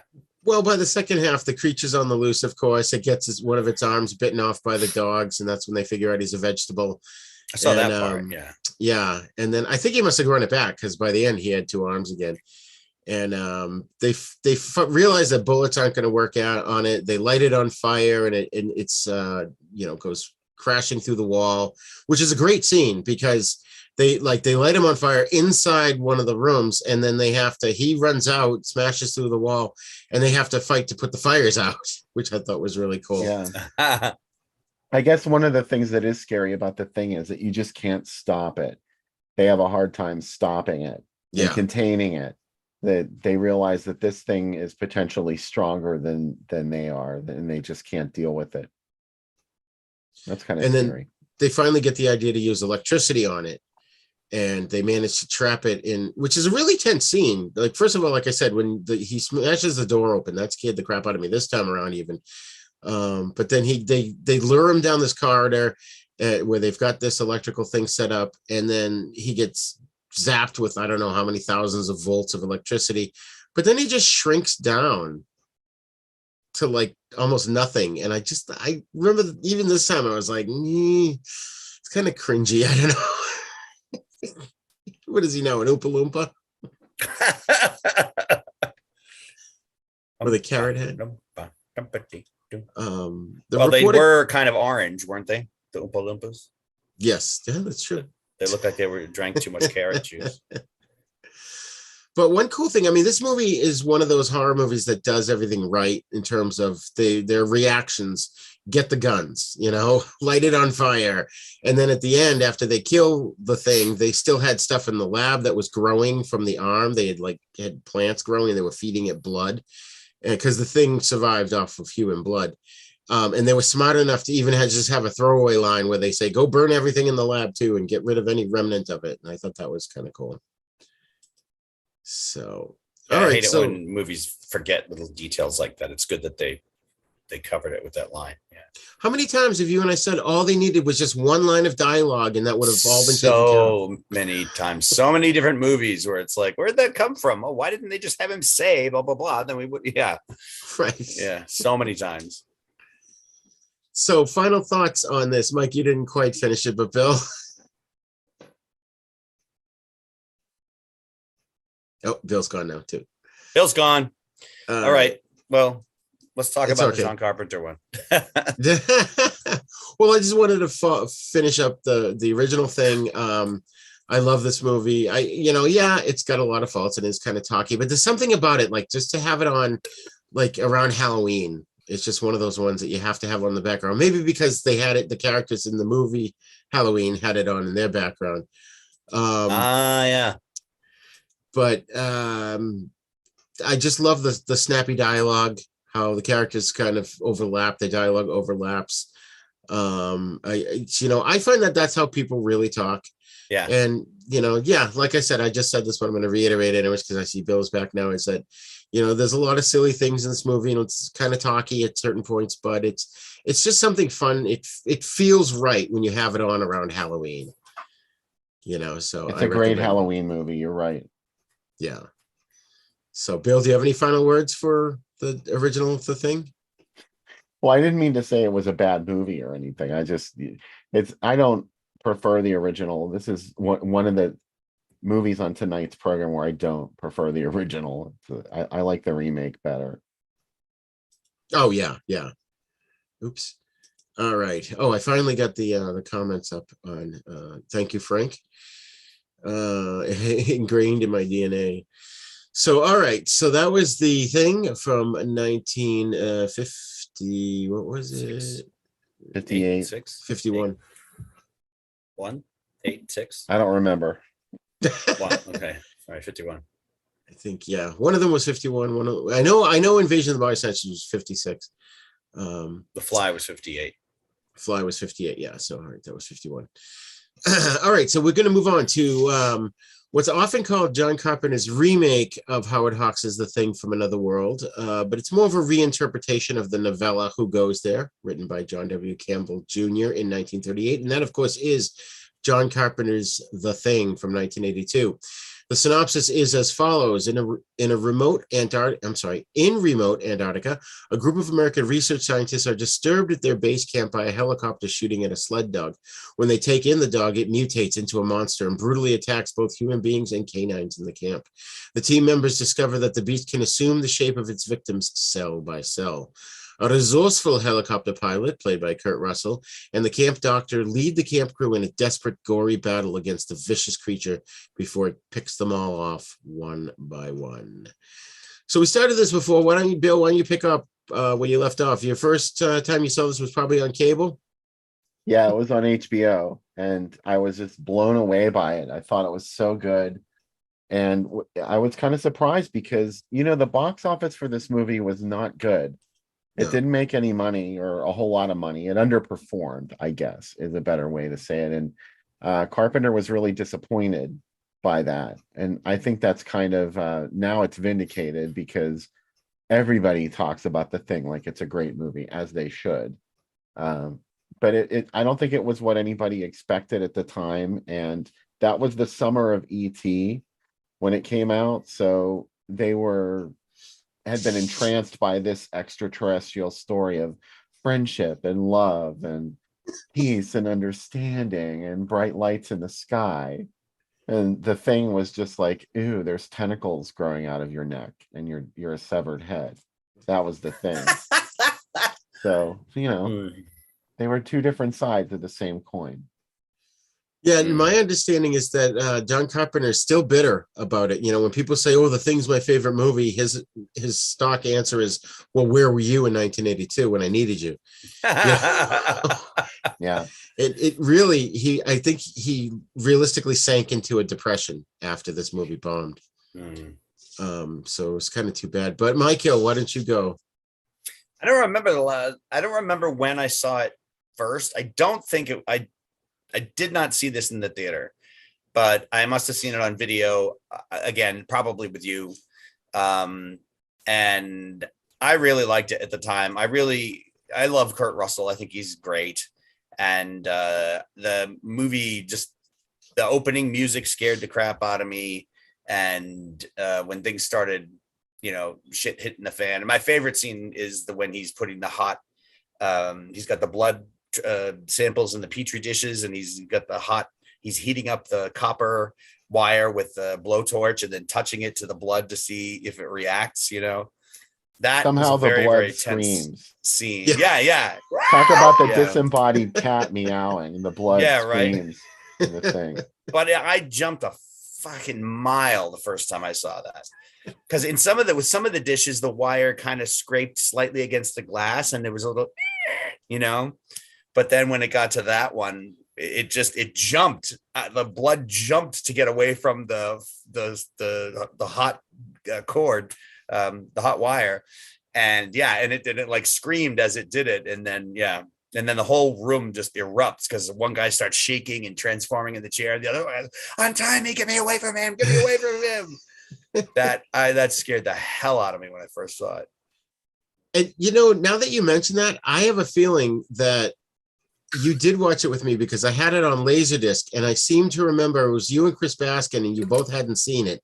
And as that scene was coming up, it's very quiet leading up to it. Like you said, all you can hear is the, and I remember having the remote and cranking the volume. So when that happened, you guys flew out of your chair. Oh man, I vividly remember seeing this in the theater. My mother and Nana took me to see it. My mother hid under her coat through the whole film, and my Nana laughed through the whole thing. And it was the first horror movie that I wasn't scared through. Literally, my jaw was on the floor the entire time, and I was just blown away by the effects. And I just loved it. And to this day, it's still, if you ask me my favorite horror movie, it's John Carpenter's The Thing, because it's just, in my book, it's a perfect movie. There's not a lot wrong with it. So I would agree. A perfect film. Yeah. And I feel like I remember seeing the trailer or something, but maybe it was after I had seen the movie, unless you showed me the trailer before the movie. But no, I think it was after I had seen the movie. And at some point I was watching a trailer on YouTube or something, but there was that line, I think it was Kurt Russell who said, like, what the hell are you looking at me like that for? Like, it was one of those movies where it's like, can I trust you? Are you now the monster, looking like a human, or are you who you really are? Wolfie Richard Mazer says that. Oh, is that what it is? Okay. Yeah. Because I knew somebody said it. And I remember like seeing that in the trailer, the person starts to say it with this look on their face. And then while they're still in the middle of that line, the people who made the trailer like start putting in other images, but you could still hear that line over it. And I remember thinking that was really cool. And it's funny, Bill, you joined me and my co-host Chris on Then Is Now when we talked about radio spots that were on. And there were two from The Thing that we played. And one is, I don't remember specifically which one, but I do remember the trailer that I had seen didn't show you anything except it was like zooming away from the logo.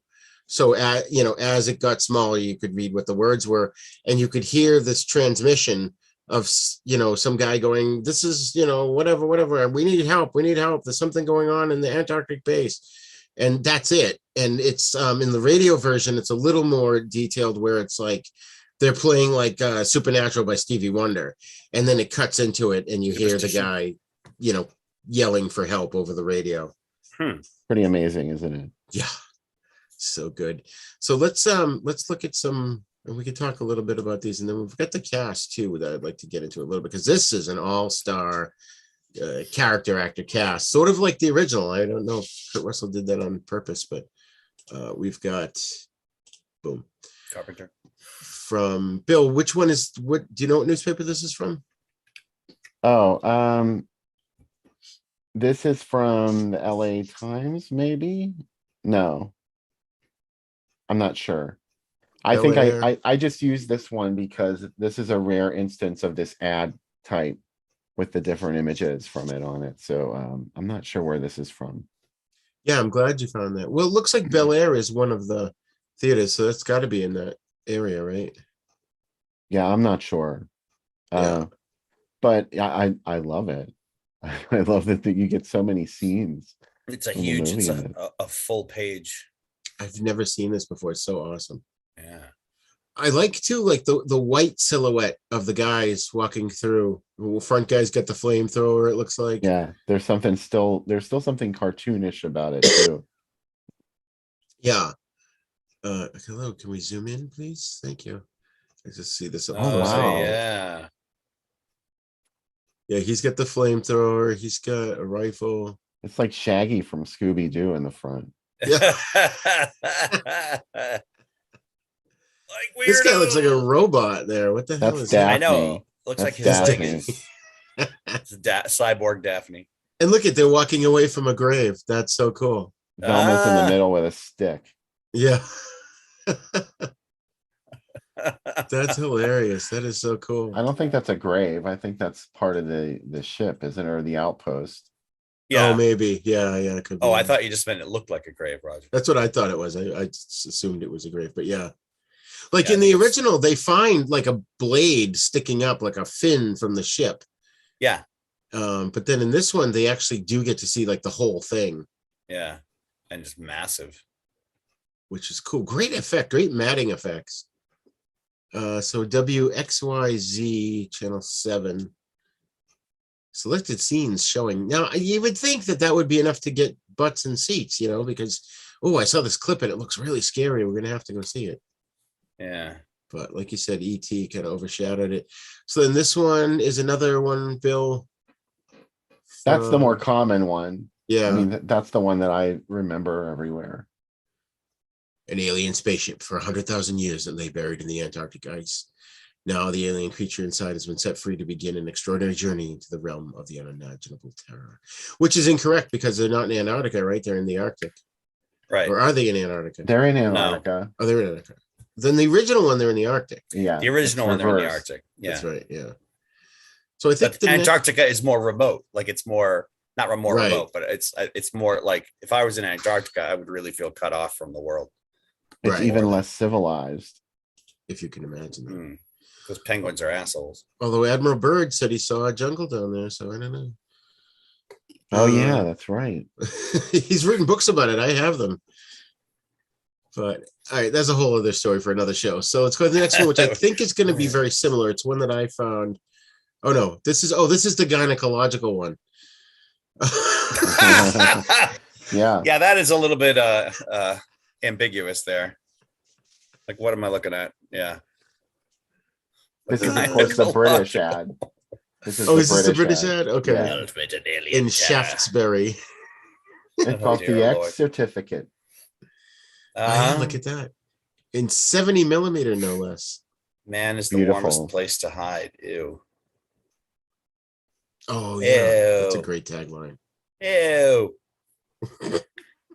I'm not so sure what they took out of the movie to play it in Britain because the censors were really tough on movie violence. They probably cut the hell out of this movie.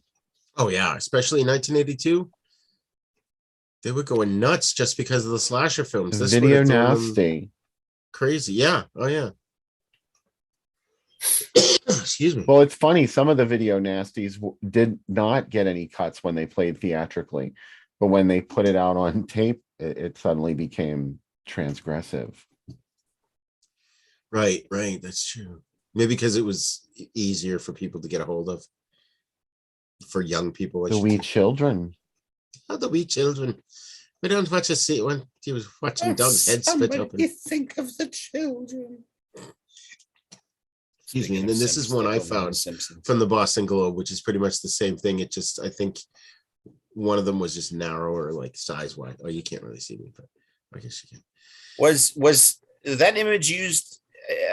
What was the image used to promote the first one, the original one?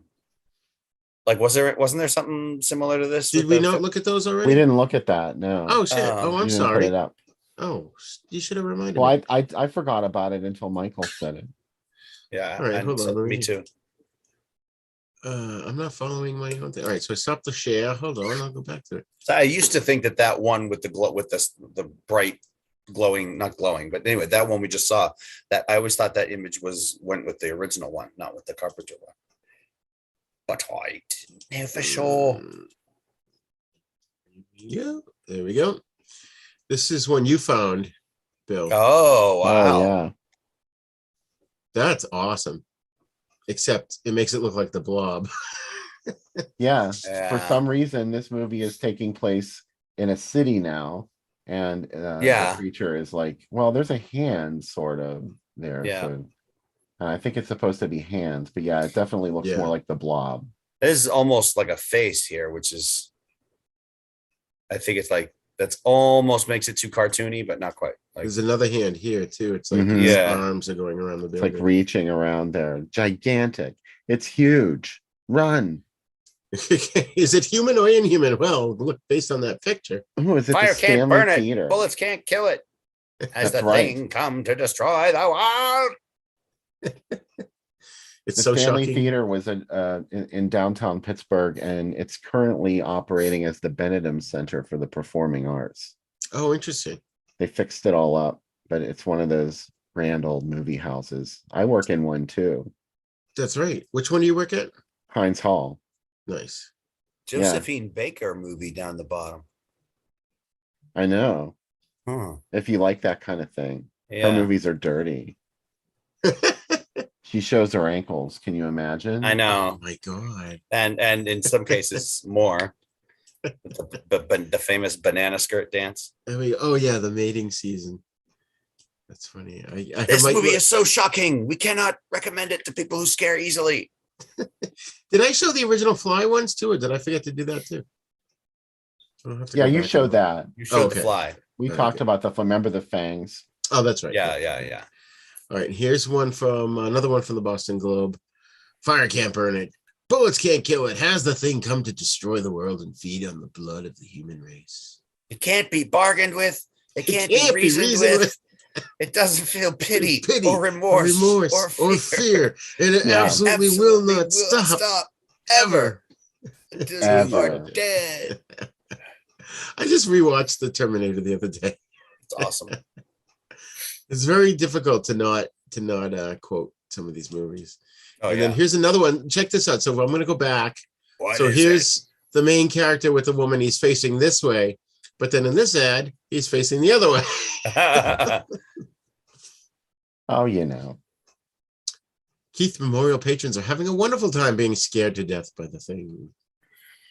What is it? Laughter, gaiety, adventure. Oh, wait. No, that's the next movie. That's the second piece. After gaiety, adventure, death, Yeah. Oops. I didn't- fire, I- severed limbs. That was weird. How did that do that? All right. Well, it doesn't matter. We'll stop the share and we'll get the sunny. Bunch. So that was the original. We looked at the ones from the 1982 version. Of course, we got Wilford Brimley in here. Remember from Yep. Cocoon? We won't get any older and we won't ever die. And the guy from Airplane, right? Not Airplane. The guy who was in the Airplane movies. What the fuck is his name? Leslie Nielsen. No. The guy said I picked the wrong week to stop sniffing glue. Oh no, that was Robert Stack. I'm not thinking of him. Oh no, that you're was. I'm right. sorry. That was. I know it. Sea Hunt. It was the father and the Bridges. Lloyd Bridges Lloyd Bridges. picked the wrong week to quit sniffing glue. Yeah, And is he in this, or is it just a guy that looks like him? it's. I guess Wilford Brimley kind of resembles him in this movie. No, Wilford he's talking Brimley's- about the other guy that's tied to the couch. The other guy's tied up. Oh no, He that's really Gary. looks- Yeah, that's Donald Moffat is that Donald Moffat. actor's Yeah, name. he was Oh, the tax man in the Popeye movie. I always thought, okay. I for some reason I thought it was the same actor. I thought it was Bridges. That's funny. Wow. Yeah, no, Wilford Brimley's the one that I'm okay. I'd like to come back in now. And he's also the guy that does the diabetes Mustache dude. commercials. Of course, Yeah, and he used to do like the Quaker Oats commercials or something too, I think. That's right. Yeah. Yeah. Quaker Oats. TK Carter was he played the cook Knowles, which I remember shouting when I saw him in Punky Brewster, that's Knowles, that's Knowles. And the guy that played Palmer was the one whose blood screamed and jumped. That's David Clennon. He's been in a lot of stuff. In fact, he was in an episode of The Human Target, if anyone remembers that short-lived show. Keith David, of course, as Childs. Yeah, everybody he's awesome. who loves him. I mean, he's so good.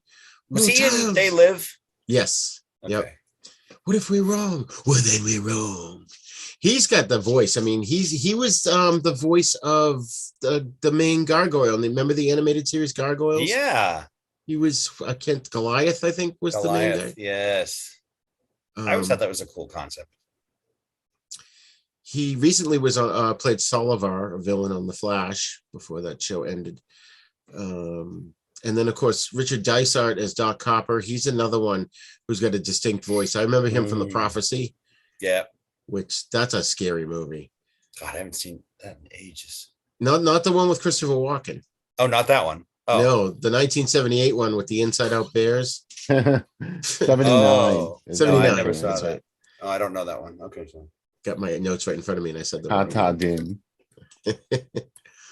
And then Chris Hallahan, he plays Norris. He's the one who has the heart attack, and Doc Copper's doing the paddles on him, and his chest breaks open and bites his arms off, and his head goes across the table. that was so awesome and unexpected. That scared the fucking piss out of me.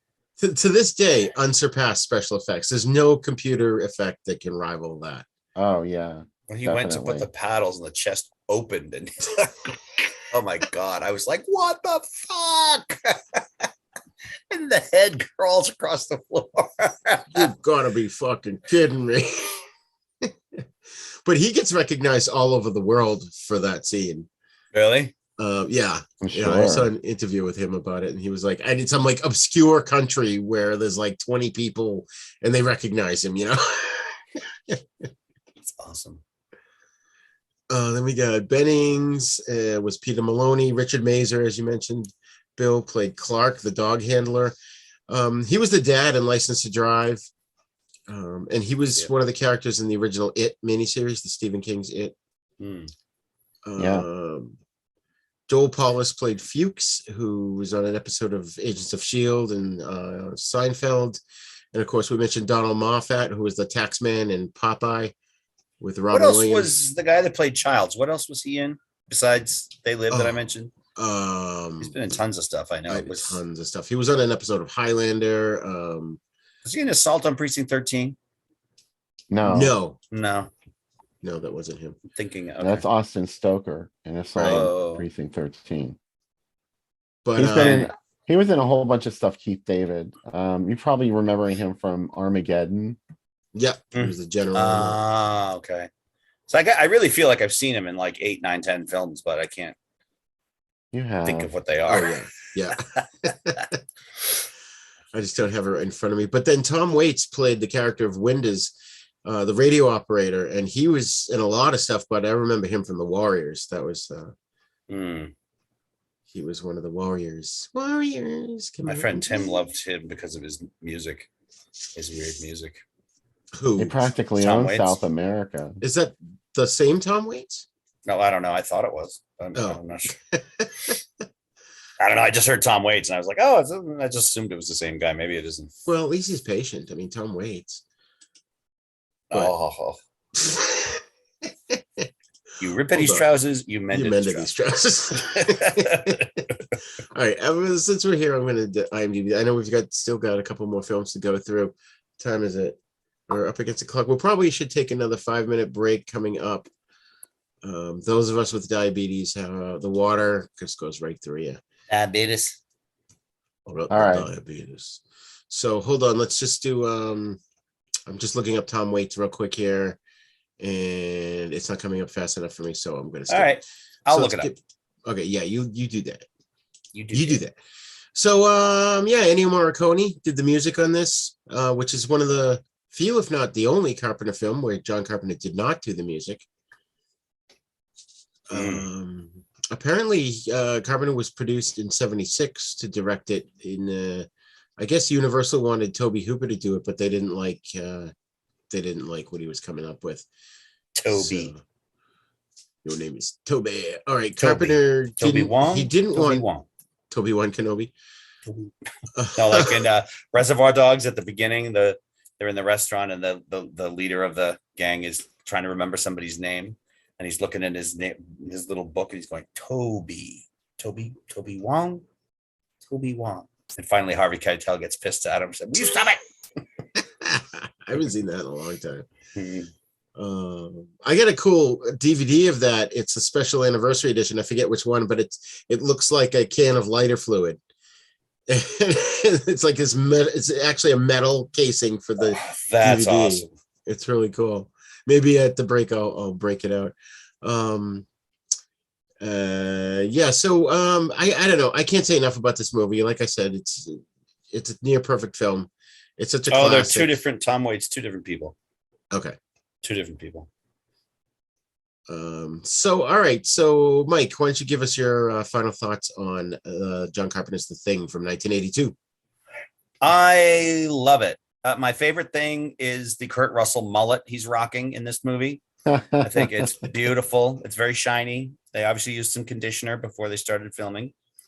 No, I love it. I love it. One of the scariest things about it is how, I mean, of course, in addition to the acting, which is awesome, and the suspense and the effects and all the scary shit, for me, it's made even worse by the fact that they're so isolated, and it's very difficult. It is in the movie very difficult for them to get help because they're kind of on their own out there, and yeah, like the confines of that little compound they have, that's pretty much it. You go outside long enough, you freeze to death. So I thought that really added something. I fucking love it. There's so many John Carpenter movies I love it. The Thing is right up there, anytime. If somebody said to me on any day, like, "Oh, let's watch The Thing," I'd be like, "Let's do it." Yeah. Like, I would never go, "I'm not in the mood for that." I'd be like, "Yes." Right. Great movie. So true. Phil? Yeah.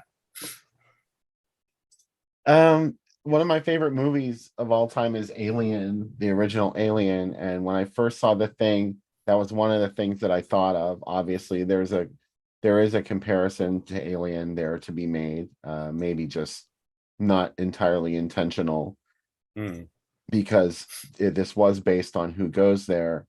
But the things popping out of chests and everything, that was definitely inspired a little by Alien.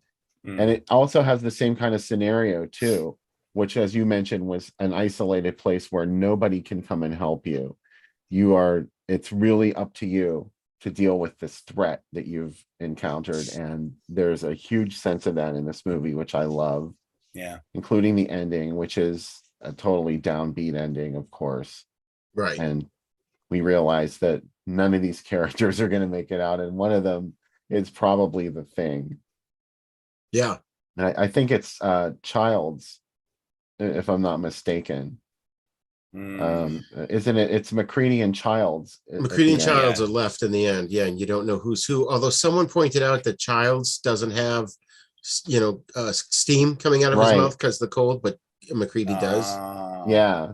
McCready's still human, but Childs is not. So it's just sort of like a waiting game. It's not real. It's subtle. I didn't notice that until, I think until somebody pointed it out. Same. To John Carpenter. But, I really dig it. No matter how you interpret the ending, there is an ending where they are rescued, or at least McCready is rescued. Really? Oh, really? Yeah, it used to be shown on TV, actually. The network broadcast, or maybe it was straight to syndication. It's a voiceover by McCready, and you see him at the end, like in a in a hospital somewhere. Like somebody came and rescued him from this frozen campsite. So there was that way to go with it. I think the studio forced Carpenter to film that. That wasn't how he wanted to end the movie, obviously, and then Right. he was able to not use it. So he Interesting. got his way. Interesting. I love movies that have a dark ending. Oh, dude, I you love it. you haven't seen the half of it, and with 70s movies in particular, a lot of them have downbeat endings. Yeah. It's awesome. Oh my god! And we're gonna find that out soon with another remake. There was a Dark Horse comic that was a sequel to this movie, and I think it begins with McCready getting rescued. So I wonder if they kind of took that, scene that was rarely shown and use that as a jumping off platform to make the comic book, because it was like a limited series, like 4 issues or something. Which I don't even remember Could have been how it went. But yeah, I can't say enough about this film, man. It's my all-time favorite horror movie. Not my all-time favorite movie, but it's my all-time favorite horror. It's a classic. It still holds And up. for you, that's saying something. Yeah. Because you've seen a shit ton of horror movies. It still knocks them out of the park every time. It's like, yeah, all right, that was almost as good, but no, this is like the best. The atmosphere, the mood, like you said, the claustrophobic feel, the special effects, Morricone's haunting score, it just wins on every level. So I highly recommend this. Yeah, I mean, there's a lot of gore in it, but it's I guess would you guys classify, I guess, as body horror? I guess it is, right? Because it's people are transforming. absolutely, yeah. Yeah. So it's not quite as gruesome as The Fly. Yeah. But pretty close. The Fly is like nausea inducing, whereas this, it just makes you cringe. Yeah. Good point. Well, The Fly is a little more realistic too, at least the early stages of the transformation, like the things with his fingernails falling off and pus squirting out and everything. Those are real things that happen to people when they have certain diseases. So that was a little more visceral. The Thing is very cartoonish. Right. Not true. Right. All right, folks, we are going to take another 5-minute break here. I'm going to put the 5-minute card up, but don't go anywhere. Well, you can go somewhere and get a drink or the bathroom, whatever you're going to do. And then come on back, because then we're going to talk about the original Invasion of the Body Snatchers from 1956 and the remake from 1978. And here we go. I'm going to do this, that, and the other. Share my screen. I'm down. I don't know what happened to my trees in the back. They're gone. What happened to my trees? All right, what the heck? There we go.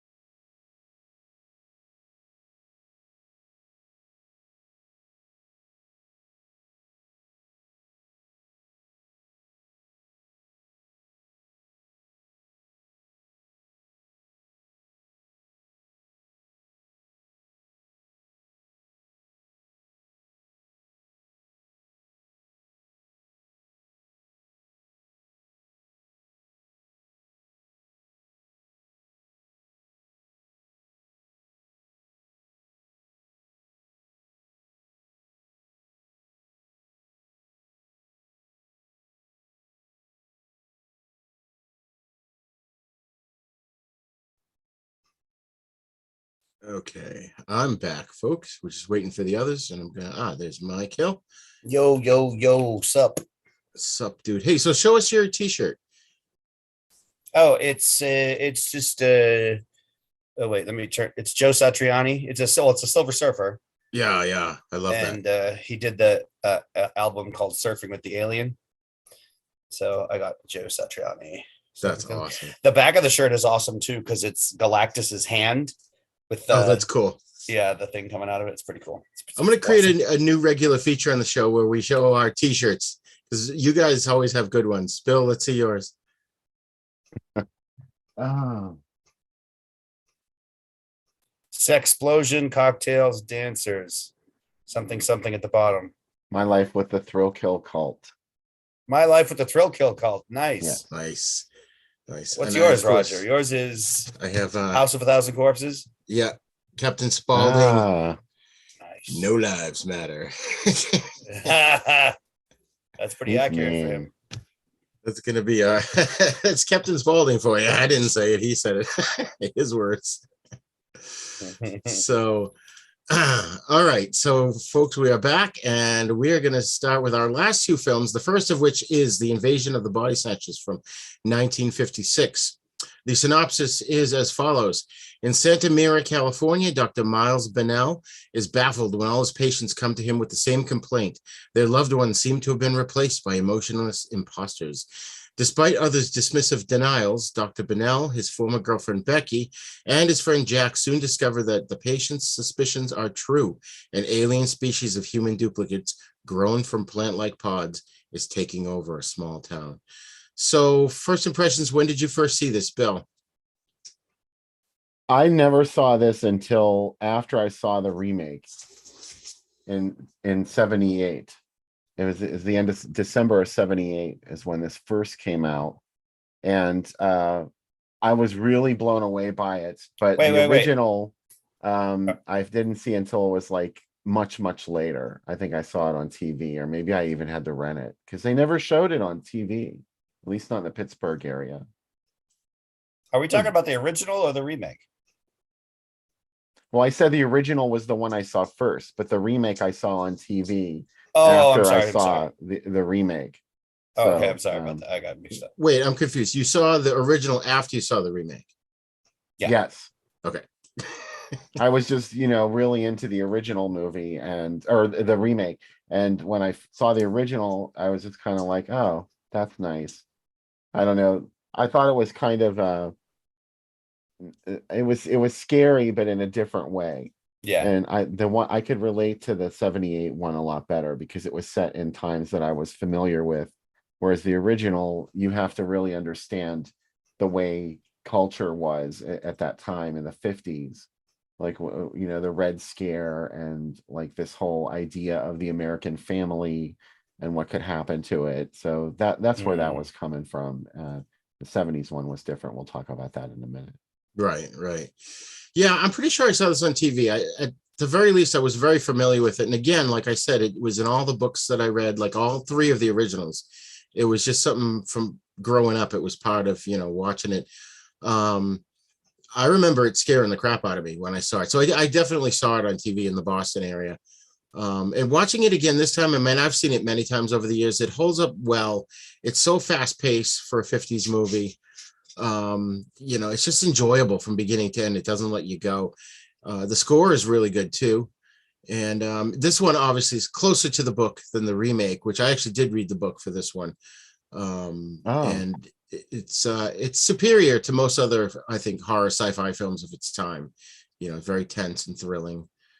I don't know, something about it. I feel that, yeah, you're right, Bill. You do kind of have to know the time in which it was made and, the Red Scare and all that, but it still works. It still creates a level of paranoia, like in several Twilight Zone episodes. What's the one about the neighborhood where the lights go out and the people start turning on each other? It's similar to that in terms of just the paranoia that goes on in the movie. And of course, Kevin McCarthy's in this. We just talked about him recently. He was in The Dark Tower. Mm-hmm. And that was on your show, right, Bill? The Drive-In Asylum? Yeah. Yeah, he was in he's been in a couple movies that we've done on the program. Yeah. Um, yeah, the thing that everybody talks about for the original Invasion of the Body Snatchers is the allegory of the way people were supposedly, turning each other in for being communists, and Senator McCarthy's, vendetta against communism. And he was like, it was this total witch hunt that was outing people as communists who were supposedly like infiltrating America and up to nefarious, no good reasons. Really, it was just, a guy who got drunk and liked to bully people a lot, and he managed to damage a whole bunch of people. So it was scary to think, that communism was viewed as this thing that like would take you over, and it would cause children to turn on their parents, their loved ones to turn on each other. It could be read both ways. Either it was about the fear of communism actually taking over, or it was about the fear of your loved ones turning on you and not recognizing you anymore as their family, and like they're like, oh well, he's a communist, and Right. take him away. Yeah. Yeah. A lot of careers were ruined when people were put on the blacklist back then. Absolutely, yeah. So this movie was directed by Don Siegel, who also did Dirty Harry and Escape from Alcatraz. It was written by Daniel Mainwaring, who wrote the film Against All Odds, and like I said, it's based on the Jack Finney novel, which is good. Kevin McCarthy, we've talked about him. He's been in tons of movies. King Donovan plays his friend Jack Belichick, who to me he looks just like Bing Crosby with the pipe and everything. It's like Bing, what are you doing here? And then the lady that plays his wife is Carolyn Jones. She plays Theodora Teddy Belichick. She, of course, was Morticia Addams in the Addams Family TV show. And it's just so funny because you could just right away recognize her eyes. Oh, yeah, absolutely. And then, of course, one character that we saw in this, one actor that we saw was Richard Deacon, who's uncredited, actually. He plays Dr. Bassett. And he was Fred Rutherford from Leave It to Beaver, as well as Mel Cooley from the Dick Van Dyke Show. So whenever you see him, it's like, oh my God, it's Fred Rutherford or it's Mel Cooley, Ward, no, I think you don't have the pod properly installed in your house. And then again, we've got another, cast full of a veritable cornucopia of character actors. But one of them that I noticed right away was Whit Bissell. I don't think he shows up until the end, but he played Dr. Hill. And one I didn't know, and I'm sure I had read this years ago or whatever, but Sam Peckinpah, the famous director. I saw his name in the credits.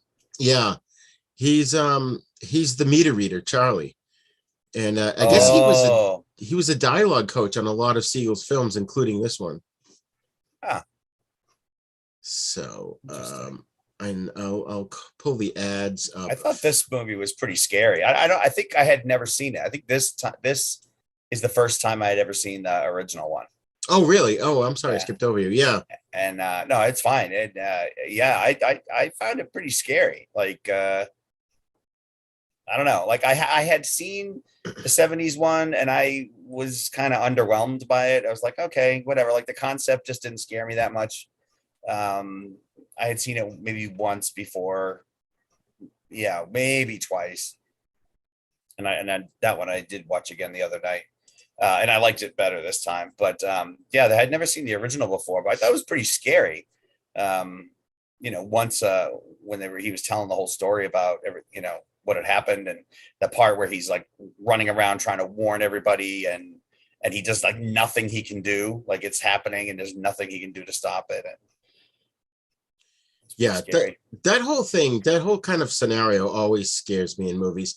I mean, I kind of lump Night of the Living Dead into the same category, which I always like to call, the no-win scenario. It's like, there's just no hope. Yeah, you're screwed. Yeah. But they tease you and make you think, well, there might be. You have to keep trying, Oops. Right. And you're like, no. Once they believe him, they're like, okay, we're going to mobilize and get out there and try to take care of this. It's like, nah, you're too late. Yeah. So let's look at the movie ads before I forget to put them up. Oh, wow. That looks nothing like what happens in the movie. No, At of course all. not. But that definitely Unhuman. would make me go see it. Right. Yeah, me too. Unhumans. I love that. I've never seen that before. Unhumans. Yeah. I don't know where it's from. I don't have this one on newspapers.com. It was already clipped, so I just took it and I forgot to write down where it was from. Oh yeah, I hate when that happens. I know. And it's playing with Shaq out on 101 with Keenan Wynn of all people. Oh my God. And then we've got this one. I kind of combined these from the same page because there was so many on one page. Lon Chaney. These Indestructible Man, that's always a crowd pleaser. And then this one down here, oh yeah, Body Snatchers is in there. That's why I kind of grabbed this one too. But you got a triple horror show of that, Indestructible Man, and The Glass Tomb, which I've never heard of. Have you guys heard of that? No, The Glass Tomb. not familiar with that one. It's probably a reissue with a different title. And then what's the other one? The Reigns of Ranchipur. Lana Turner. I know I've heard the title, but I don't think I've ever seen it. But look at another claw. There's no claws in this movie, folks. No. There's no monsters like that. The monsters are from within. The monsters are us. But yeah, the monsters. And this is not a picture, but I just thought it was cool to see what it was playing with. World Without End and Hot Last Blood. Frontier and Hot Blood. Hot Cornell blooded. Check Do, it and do, see. do. Got a fever of 103. This is another one I kind of put together. This left side here, one with this right one, I enlarged it, but it says Dana Winter and Kevin McCarthy of The Invasion of the Body Snatchers. She's gorgeous. Yeah. I was watching Yeah, it she going, is. wow. Yeah. What a stunning woman. And again, that's a handsome woman. And again, it's with Indestructible Man over here on the left, the All Thrill and Chill show. I've never seen that. I like that title, Indestructible Man. Yeah, it's a pretty fun Chaney movie. You cannot destruct him. There's that, and there's the other one he did, The Magnetic Monster, I think. Bill, is that correct? Yeah. Yeah. Those two are very similar in premise, but they're both enjoyable. How many He makes monster it movies good. did Lon Chaney do? All Shit of them. tons. Yeah. All of them. Yeah, right. Okay, that's what I figured. And then we've got this All of one them. from the Carver Theater. There's another claw. I know. They came from another world. What is this thing on the side here? Is that like... Well, I think Oh, it's another hand coming down. Okay. I think Claw. And then this. they had to show something, because they couldn't show like a plant and be like, this is They going to couldn't come show a get you. duplicate of a human being. Yeah, that wouldn't look scary, Yeah, like what are they running from?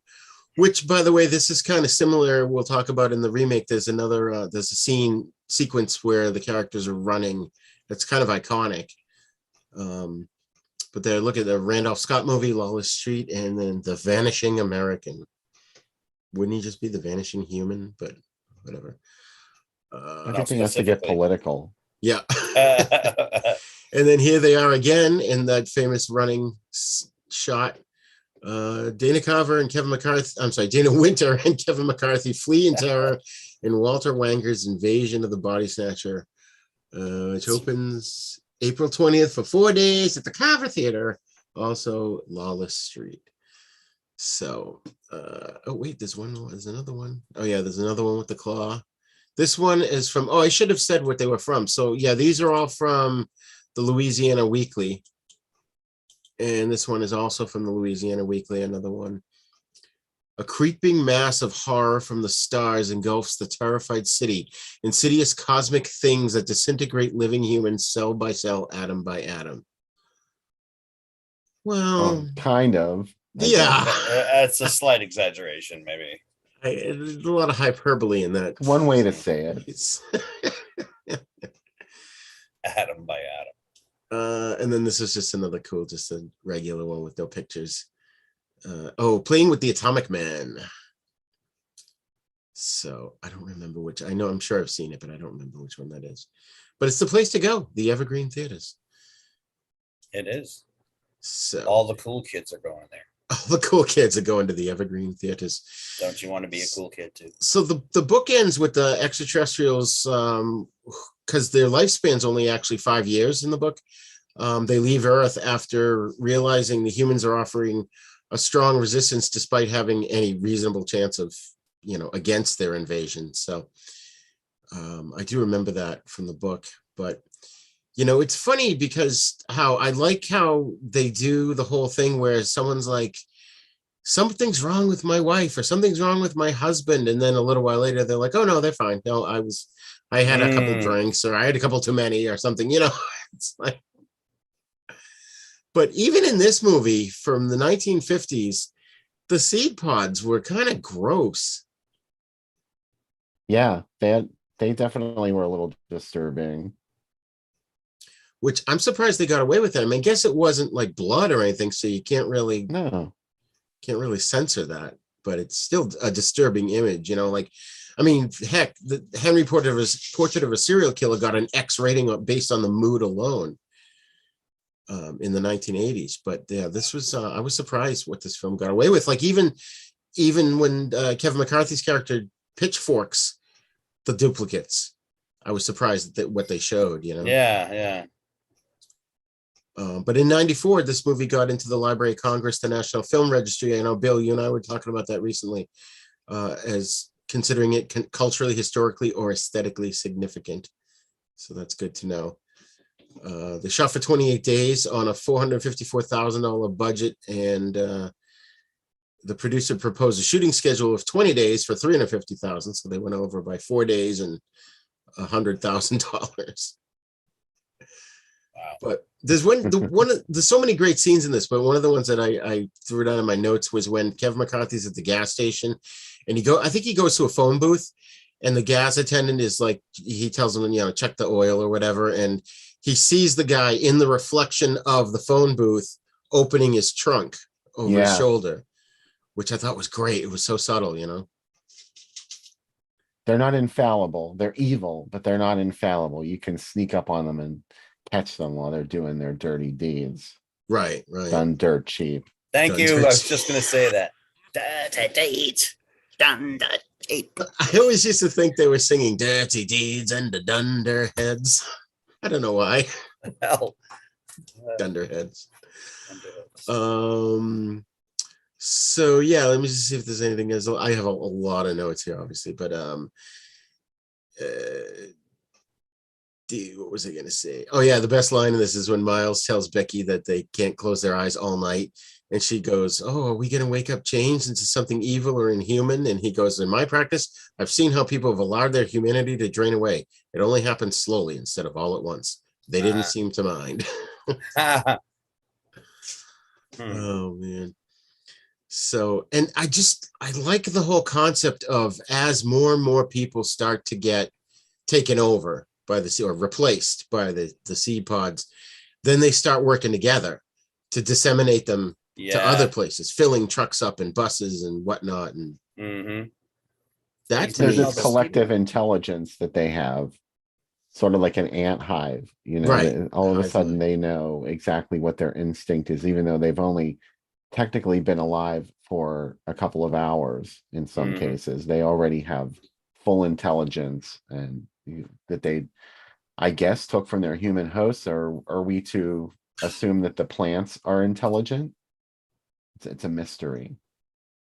I think they add my take on it is they add our knowledge onto their own.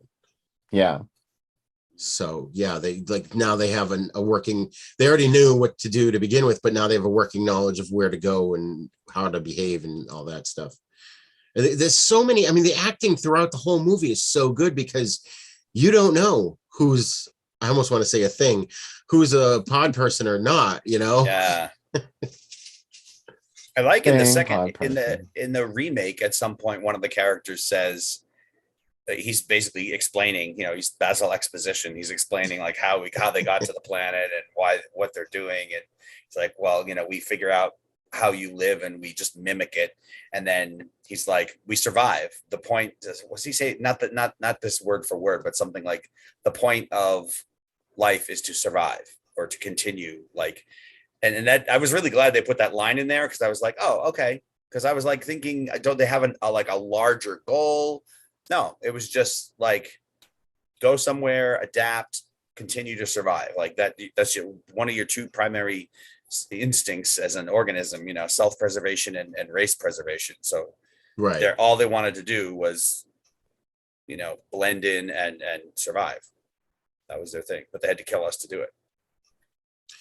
Yeah, and it was interesting when you look at like the original thing and the remake. In the original, the ship crashes like in that time period, like in the when the movie took place. It wasn't too long before the characters come on the scene that this alien ship had crashed. Whereas in the remake, it crashed, hundreds of thousands of years ago, and they dig it up they unearth it from the ice. And in this and in its remake, it's all at the same time. These plants, whatever they are, the seed pods, you get a better idea of how it worked in the remake, but in this they probably couldn't show it. But it's at that moment that these things are coming down and then starting to sprout and spread and stuff. I like the way they did that opening. Oh, it's brilliant. Just showing in the remake how they drift, and then you see it raining, and then you see the things like little bits and bubbles and globs on the plants, and I thought that was so clever, so well done. Yeah. So let's wrap up this one and then we'll get into the remake. So I just want to say I love at the end though how Kevin McCarthy he says, what is it? He says they realize when he's telling the truth when the dude comes in, he's like, yeah, I don't know, there was some accident and all these seed pods fell off a truck, and all the doctors are like Whit Bissell and Mel Cooley, they're all like, oh, wait a minute, what? And right away Whit Bissell gets on the phone with the FBI and you're like, yes. Yeah, when they finally believe him, yeah. So Mike, go ahead. There's one plot hole in this movie that always bothers me, and I wonder if you guys can guess what it is. Like, did you notice something that didn't fit in with the supposed abilities of the pod people? I did, but I can't remember what it was. I remember there was one scene where I went, what? How? And then I was like, oh, well, and now I can't think what it was. Oh, no. That's in the remake. No, no, I don't know. I don't know what it was. I'm thinking of at the end where Miles and Becky go into the tunnel or the cave, and he leaves her in there to go look at something, and he comes back and she's sleeping. And he leans over and he starts kissing her, and he's like, I'm gonna, you have to wake up, and like we're gonna go away. And when she wakes up, she's a pod person. And I was like, wait a minute, that's not how it happens. They grow out of a pod, and then when the host falls asleep, you don't just transform inside your own body. That you said, I did remember thinking that, especially because she comes out like all dirty, like they would have been if they hid in under those floorboards like they did. And I was thinking, wait a minute, wouldn't the brand new body be clean? It takes a while for that to happen. I mean, it doesn't just spontaneously happen in 5 seconds. So that always bothered me. That's a good point. Yeah. It's like they rushed it just to get through the rest to the end of the movie. Works. I think that's what it was for me too. There was a moment of wait, what? And then the movie was over, and I was like, whatever. Yeah. But that doesn't line up at all. You're right. It still works. Yeah. So Mike, since this was your first viewing, what's your final thoughts on this movie? I thought Kevin McCarthy did a great job. And I just think it was a great performance on his part, and I think a lot of the strength of the movie is him, because we see how in the beginning he starts out as kind of this mellow, like whatever, no big deal, and then by the end he's in a complete frenzy and he's trying to warn people, and I really got a sense of desperation and terror from him. And that, for me, that made the movie work really well. Yeah. Bill? It is scary. I like it, but I'm not as big of a fan of this as I am of the remake. Right, right. Yeah, I mean, I love this movie. I think it's a classic. It's just, I found it scary even this time around. It's Hmm. just there's so many elements to it that make it terrifying. It's not scary in a way like if a little kid watches it or a younger person, let's say a tween watches it, they're not going to get as much out of it as an adult will. Once you're established, and then all of a sudden you're watching the story where these people's lives are being taken over, that's where the scariness lies in, comes in. So Yeah. I definitely recommend people should check this one out. It's certainly a classic. I mean, just like the original Fly and the original Thing, they're worth at least watching once. And then, and this movie's fast paced, like right from beginning to end. Yeah. It doesn't stop. So now let's look at the invasion from the excuse me, invasion from my lungs, Invasion of the Body Snatchers 1978 version.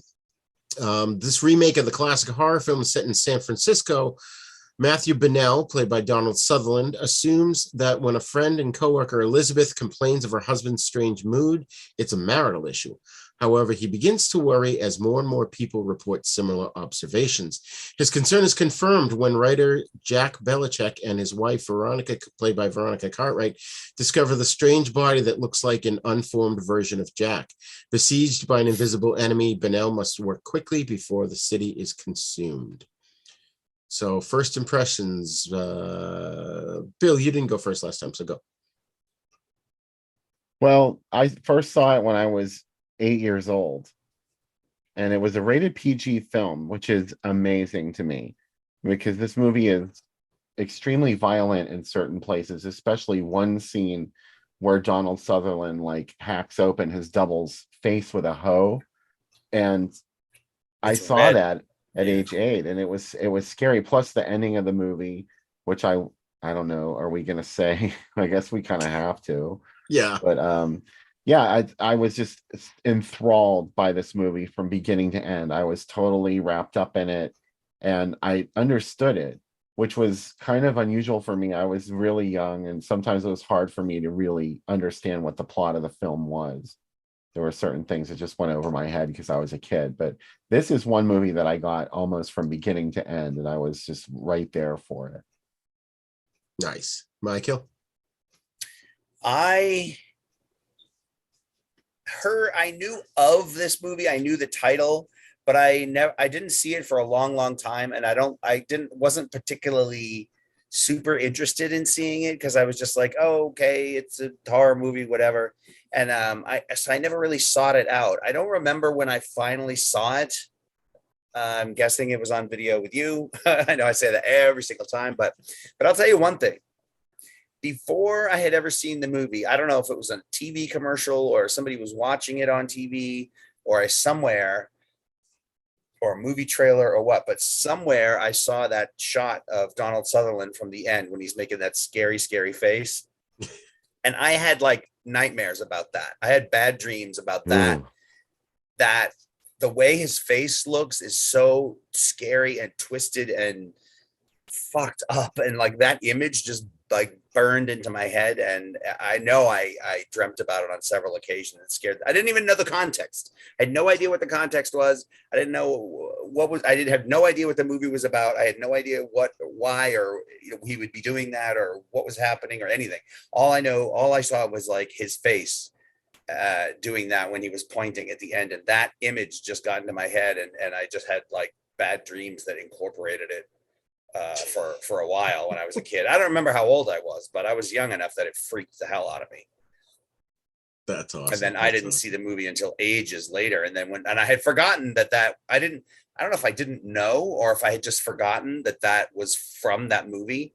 And then when it hit at the end, for me, it was like a double whammy of terror, because it was like, now I understood the story and I understood what it meant for him to do that at the end. And I had Yeah. this like flashback to having seen the face ages ago and not knowing the context. So that scared the hell out of me.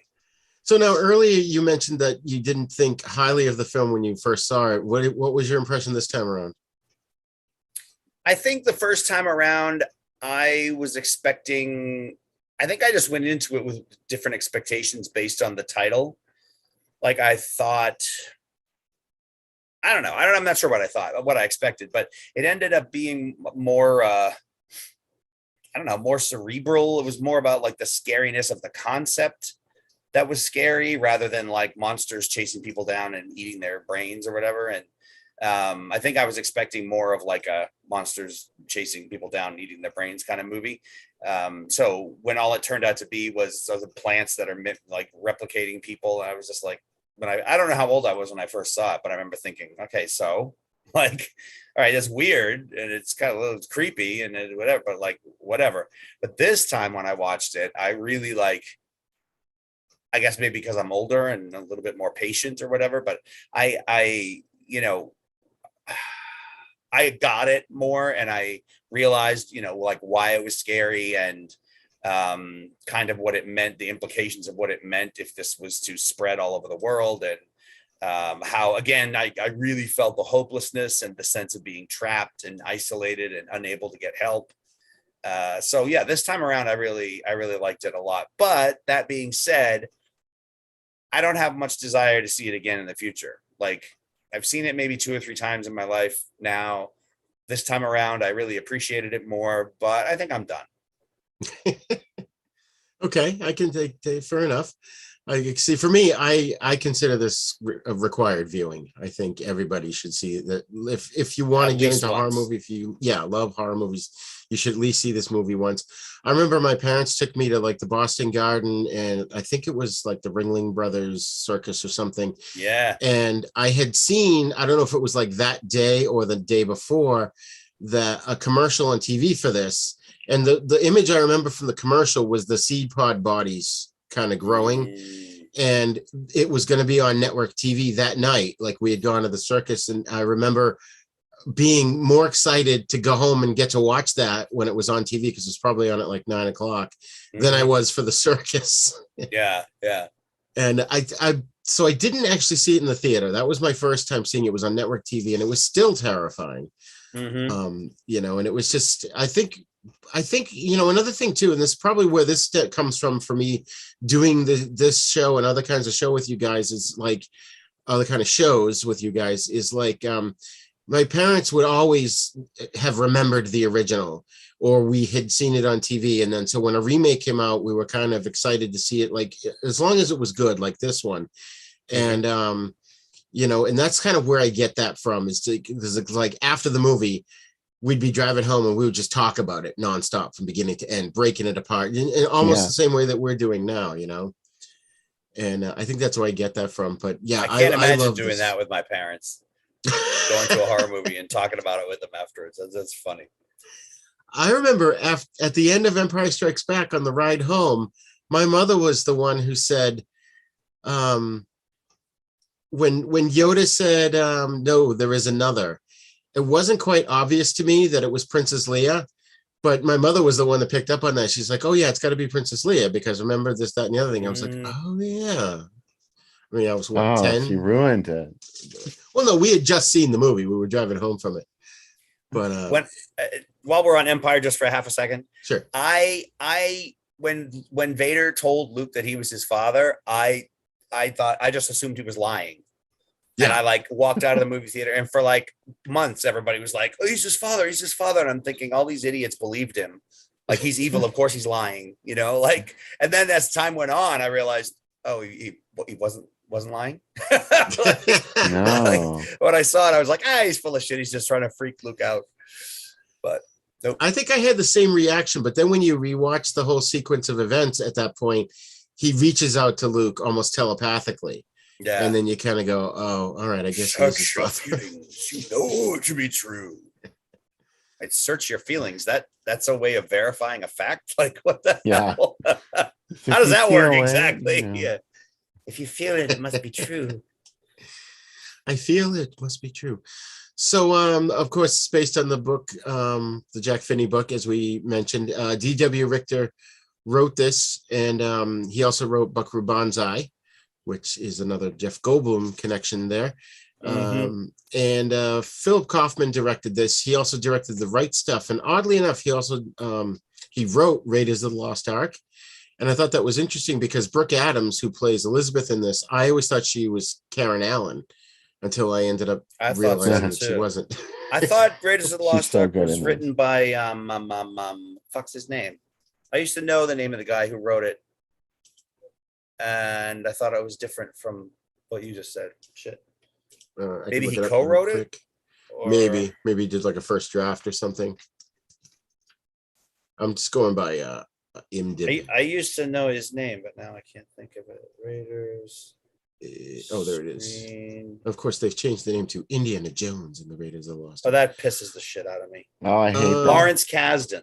Yeah, Lawrence Kasdan, George Lucas, and Philip Kaufman. So. Oh, I see it. Based on a story by George Lucas and Philip Kaufman. The screenplay is Lawrence Kasdan. Okay. Yeah.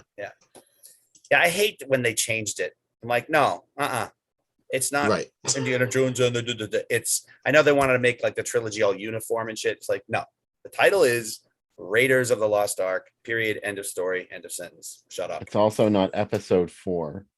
Right. Fucking Star Wars. Fuck off. Oh, you mean A New Hope? No, I mean Star Wars. You mean episode 4? No, I mean Star Wars. It's all Star Wars. No, no, it isn't. Those prequel movies ruined Star Wars for me. And then the postquels or whatever the hell they were made it even worse. I liked them better. I like that term. Postquels. Postquels, yeah. That's awesome. So of course we got Donald Sutherland here. I can't talk. It's getting late, folks. But legendary actor. Mike, you may remember he was Merrick in the original Buffy the Vampire Slayer film. He was. Oh my God, he was the Giles character. And some of his early horror films, he was in Die, Die, My Darling and Dr. Terror's House of Horror with Peter Cushing. He was in so many things. Don't Look Castle Now. of the Living Dead. Was he not also in, there was another movie at some point in time, 80s or 90s or something called The Puppet Masters, and it was a similar thing where aliens were taking over. He was in that too, right? I want to see that again. I haven't seen that in ages. Robert Hyland. Yes. Now, I probably shouldn't say this. There's a scene in the movie that was done differently in the book, and the book did it 1,000 times better. So maybe we'll do that. We'll do that movie, and I'll bring it up at a later point. So Elizabeth Driscoll was in Dead Zone and a bunch of TV shows, and of course Jeff Goldblum we've talked about. Which one was Elizabeth Driscoll? I'm sorry, Brooke Adams played Elizabeth Driscoll. Oh, Brooke Adams played it. Okay, right. And the blonde chick who was Jeff Goldblum's girlfriend, she was in Alien. Yes, that's Alien. Veronica Cartwright. She's the sister to Angela Cartwright, who was Penny on Lost in Space. Veronica's still acting. She was on General Hospital like last year. Really? Yeah. She's still doing. I love how in the remake they're talking about what's going on, and she goes, "Maybe they're from outer space," and he's like, "Yeah, right, they're from outer space." And I'm like, "No, listen to her. She's right. That's where they're from." Then of course Leonard Nimoy, who was trying to get away from his Mr. Spock mold or his Mrs. Spock typecasting. That's why he did this movie. He was also on Mission Impossible and Fringe. The giant mutton chops. I guess Kaufman said about it, he said Leonard had got typecast, and this film was his attempt to break out of that. And I tried looking up. Nobody could seem to understand why he has that weird half glove on his hand. Yeah. Except the one thing I did read was that he had a friend who had a burn on his hand, and he wore a glove like that to cover it up. And so he thought it would just be a cool character affectation. But I don't know. Bill, have you heard anything about that? No, I just thought it was something bizarre that his character did. It was, it was a way to contrast the conformity of pod people with here's an unexplained thing. Like he for some reason he wears a glove on one hand, and a pod person wouldn't really understand it. I mean, most people might not understand why he was doing that. That was just something that was uniquely him. Yeah, I always thought it was like a bow and arrow glove. It almost looks like that. Yeah. A grip. Yeah, I think it is. And then my roommate and I were looking at it the other night. We were watching it, and he said he said what you were saying, Roger. He's like, maybe there's like a scar or a wound under there or something. Yeah. Yeah, so I just thought that was interesting, but he was great in this too. I think he did a good job of not being Mr. Spock in this, because I really did not like his character. I thought he was a prick. Yeah. Yeah. And I remember my parents and I all being upset that it turned out he was one of the bad guys. We were like, oh, man. Yeah. Yeah, when it finally, yeah. And then Art Hindle plays Dr. Jeffrey Howell, who is Elizabeth's husband. We've seen him before. We've talked about him in Black Christmas. Yeah. And he was also the husband in The Brood, which is a movie I don't think we've covered. Have you covered that on your show, Bill? We haven't done The Brood yet, no. There's some movies you just save for a very special time, and that's The Brood. Nice. Yeah, I had never seen him before, the husband guy, but I thought he fit in perfectly, because he had like the like Ken doll hair that almost looked like plastic. It made him look all the more fake, like Lego hair. And then on looking back, that opening scene, she comes downstairs, like he's wearing a suit. She wakes up after he's been transformed, and he's like, oh, I gotta go, and she goes downstairs into the kitchen, and he's bringing the barrel out and dumping the dirt or whatever, it looks like dirt, into the truck. And then later on, I realized, oh, that's the husband. He's dumping the husband in the trash truck. Body, His body, yeah. And then he just stands there in the road and watches the truck pull away. And she's watching him, but she has no idea what just happened in front of her. If you've never seen the movie before, you watch that and you go, oh, that's weird. Oh, it doesn't look like trash. It looks like, dryer lint. In the truck. Yeah. But totally. Then when you rewatch it, you're like, oh, that's scary. Yeah. And it wasn't until like the second or third scene where the trash truck was there and the stuff looked the same that I started going, oh, like a little slow. But finally I was like, oh, that fucking red trash truck is everywhere. And they're just, because at a certain point in the movie, I was like, what are they doing with the real bodies? Like, what are they doing with? Well, that was something I didn't really like. Okay, here we go. At the end of the movie, Elizabeth's body like disintegrates on its own and almost like absorbs itself into the earth, it seemed like. And I was like, well, that's just weird. Or maybe that was before it turned into the dryer lint stuff and then got thrown out. But I don't know. But I don't know. Now that I'm thinking about it, it's not really a problem, but okay. But we hadn't seen any of the other people like crumble into pieces, before they got thrown out into the truck. So right. I didn't know like what that looked like. So, okay. But now that she probably turned into gray matter after that, and then they ditched her.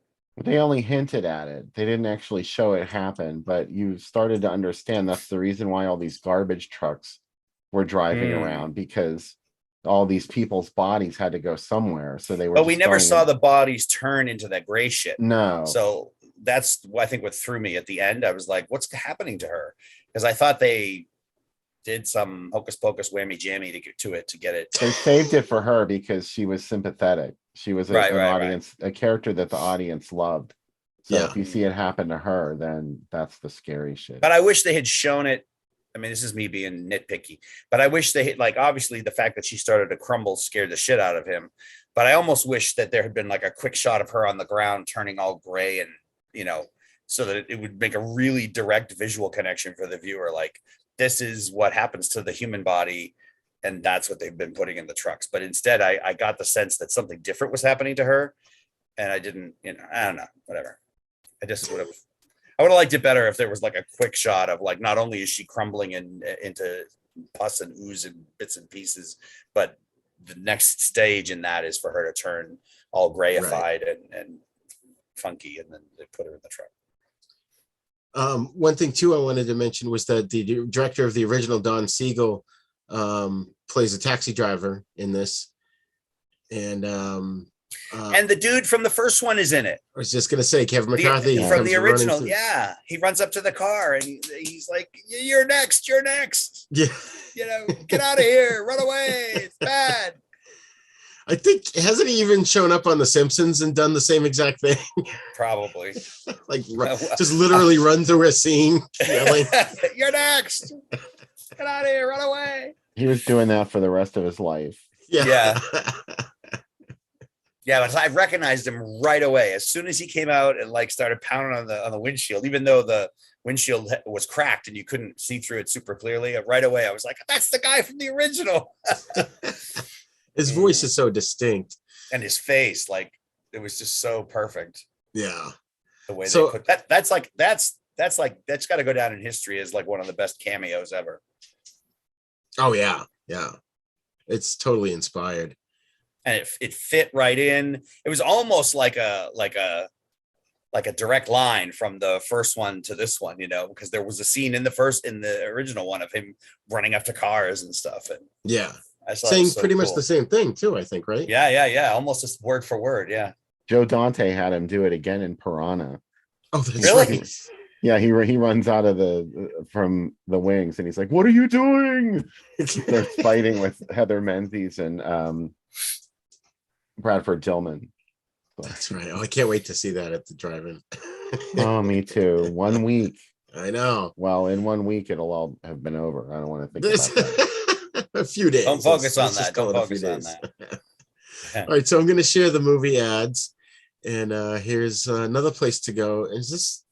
No, wait, hold on. That's the wrong one. Hold on. I think, did I open the? Oops. All right, yeah, screen sharing has stopped as I close it. Hold on. Let me redo it again because we do. Oh, that's all right. We get it right because we do it twice. All right, and now I shall share.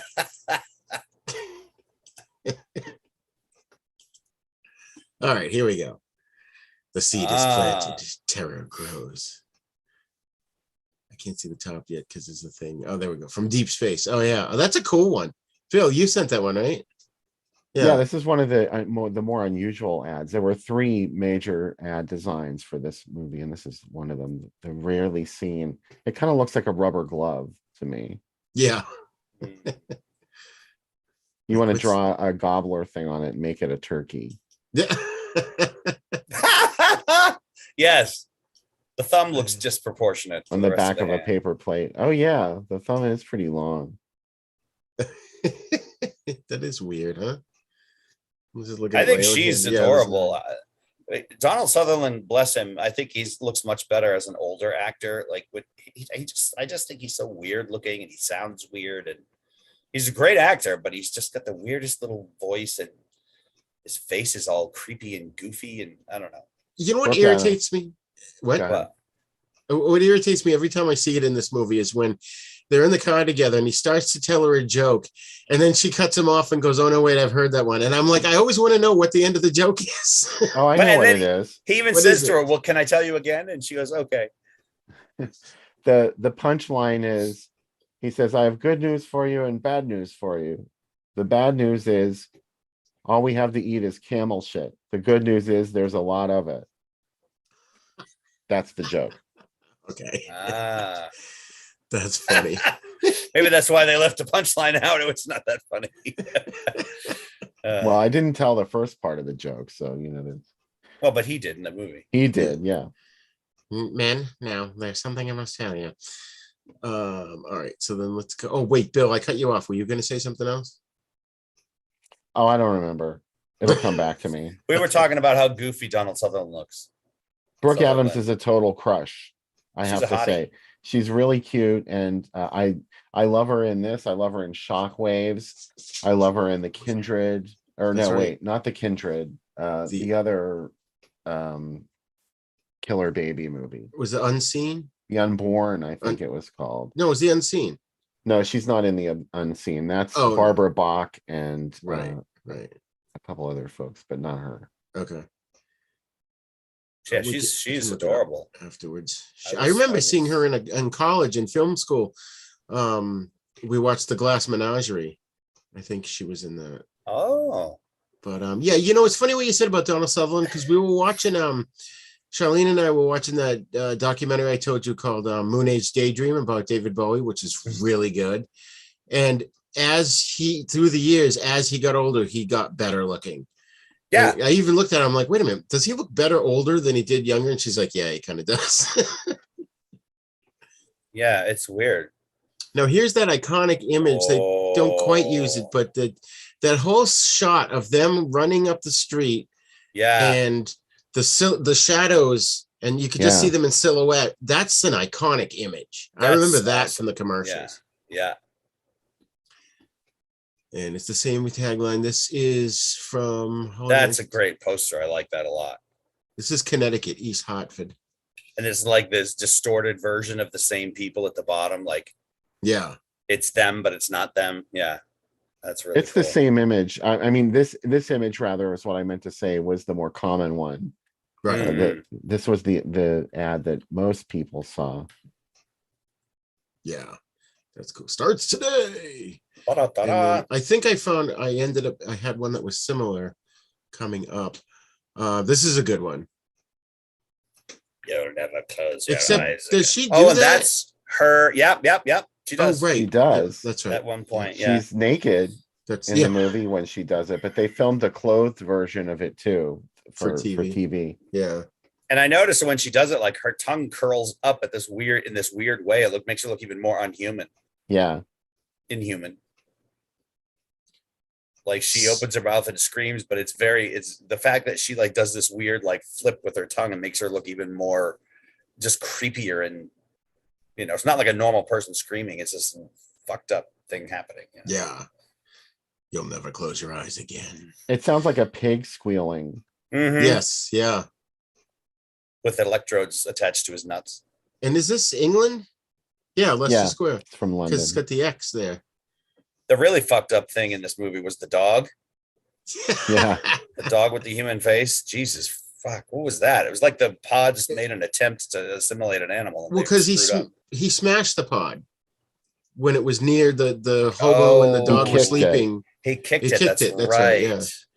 So it somehow got confused and merged them. That. Yeah. And then, Bill, remind me when we're done talking about this movie, I have to tell you something about Chiller Theater, okay? Okay. And then this is one I found from the Philadelphia Inquirer, except this one has a big thing at the top. It may be the best movie of its kind ever made for undiluted pleasure and excitement. It is, I think, the American movie of the year. A new pleasure. Undiluted pleasure. Excitement, maybe, but pleasure? Pleasure. She loved it. I'm not even going to go there. I was going to say that seems like let's dodge that one. Something about no. She did a curly thing with her tongue too. Probably. Oh my god, and she does that weird thing with her eyes. I always find that creepy. Oh god, it's like they did that on purpose just because the actress could do it, I think. That's what I think. It's got to be. Yeah. How do you go? How do you go, well, we need to cast someone that can make their eyes go woo. That was creepy. And here's another one, but I just thought this was cool. I had to include this. This is from the Courier Journal. Oh yeah, I mean those are the days, huh? Superman, look at and the bottom of it there is so cool. Where it's when I was in the movie theater during the whole opening sequence for the first Superman movie, I was just blown away. I was so like, I couldn't have been more transfixed. I was locked in, man. I was just like, I'm going to another place. I know that whole opening the whole movie's burned in my head. That's another one. So actually, both of these movies. That's another reason why I kind of put it up. There was one ad I didn't include it. It was a reissue of Star Trek, the first Star Trek movie, Star Trek: The Motion Picture, because Star Trek 2 was coming out like within a week of when these were playing. The very first Star Trek movie, Star Trek Watching Paint Dry. Yeah. And it was from a later year. It was a reissue. I'm sorry. Wait, I'm getting confused. 1982. So fucking boring. Maybe it was Star Trek was reissued when The Thing came out. That's what I was thinking of, because that was 1982. So was Wrath of Khan. Oops. All right. And I think that's it. I hated the first Star Trek movie. My God. Wrath of Khan was like knocked it out of the park, but the first movie was a snooze. I was like the only kid that liked the first Star Trek, although I have to revisit it. I want to see it again. I probably should shit on it so much since you liked it. But no, it's fine. I liked it. I don't care. I knew most people didn't like it. Hey, I'm the only person I'm one of two people in the country that likes Staying Alive, which is the sequel to Saturday Night Fever. Oh, I love Staying Alive. Oh, that's right. You're the other person. It is me. I confess. I saw Saturday Night Fever, but not Staying Alive. I haven't seen that. It's Finola Hughes is in it. That's all I have to say. Oh, there you go.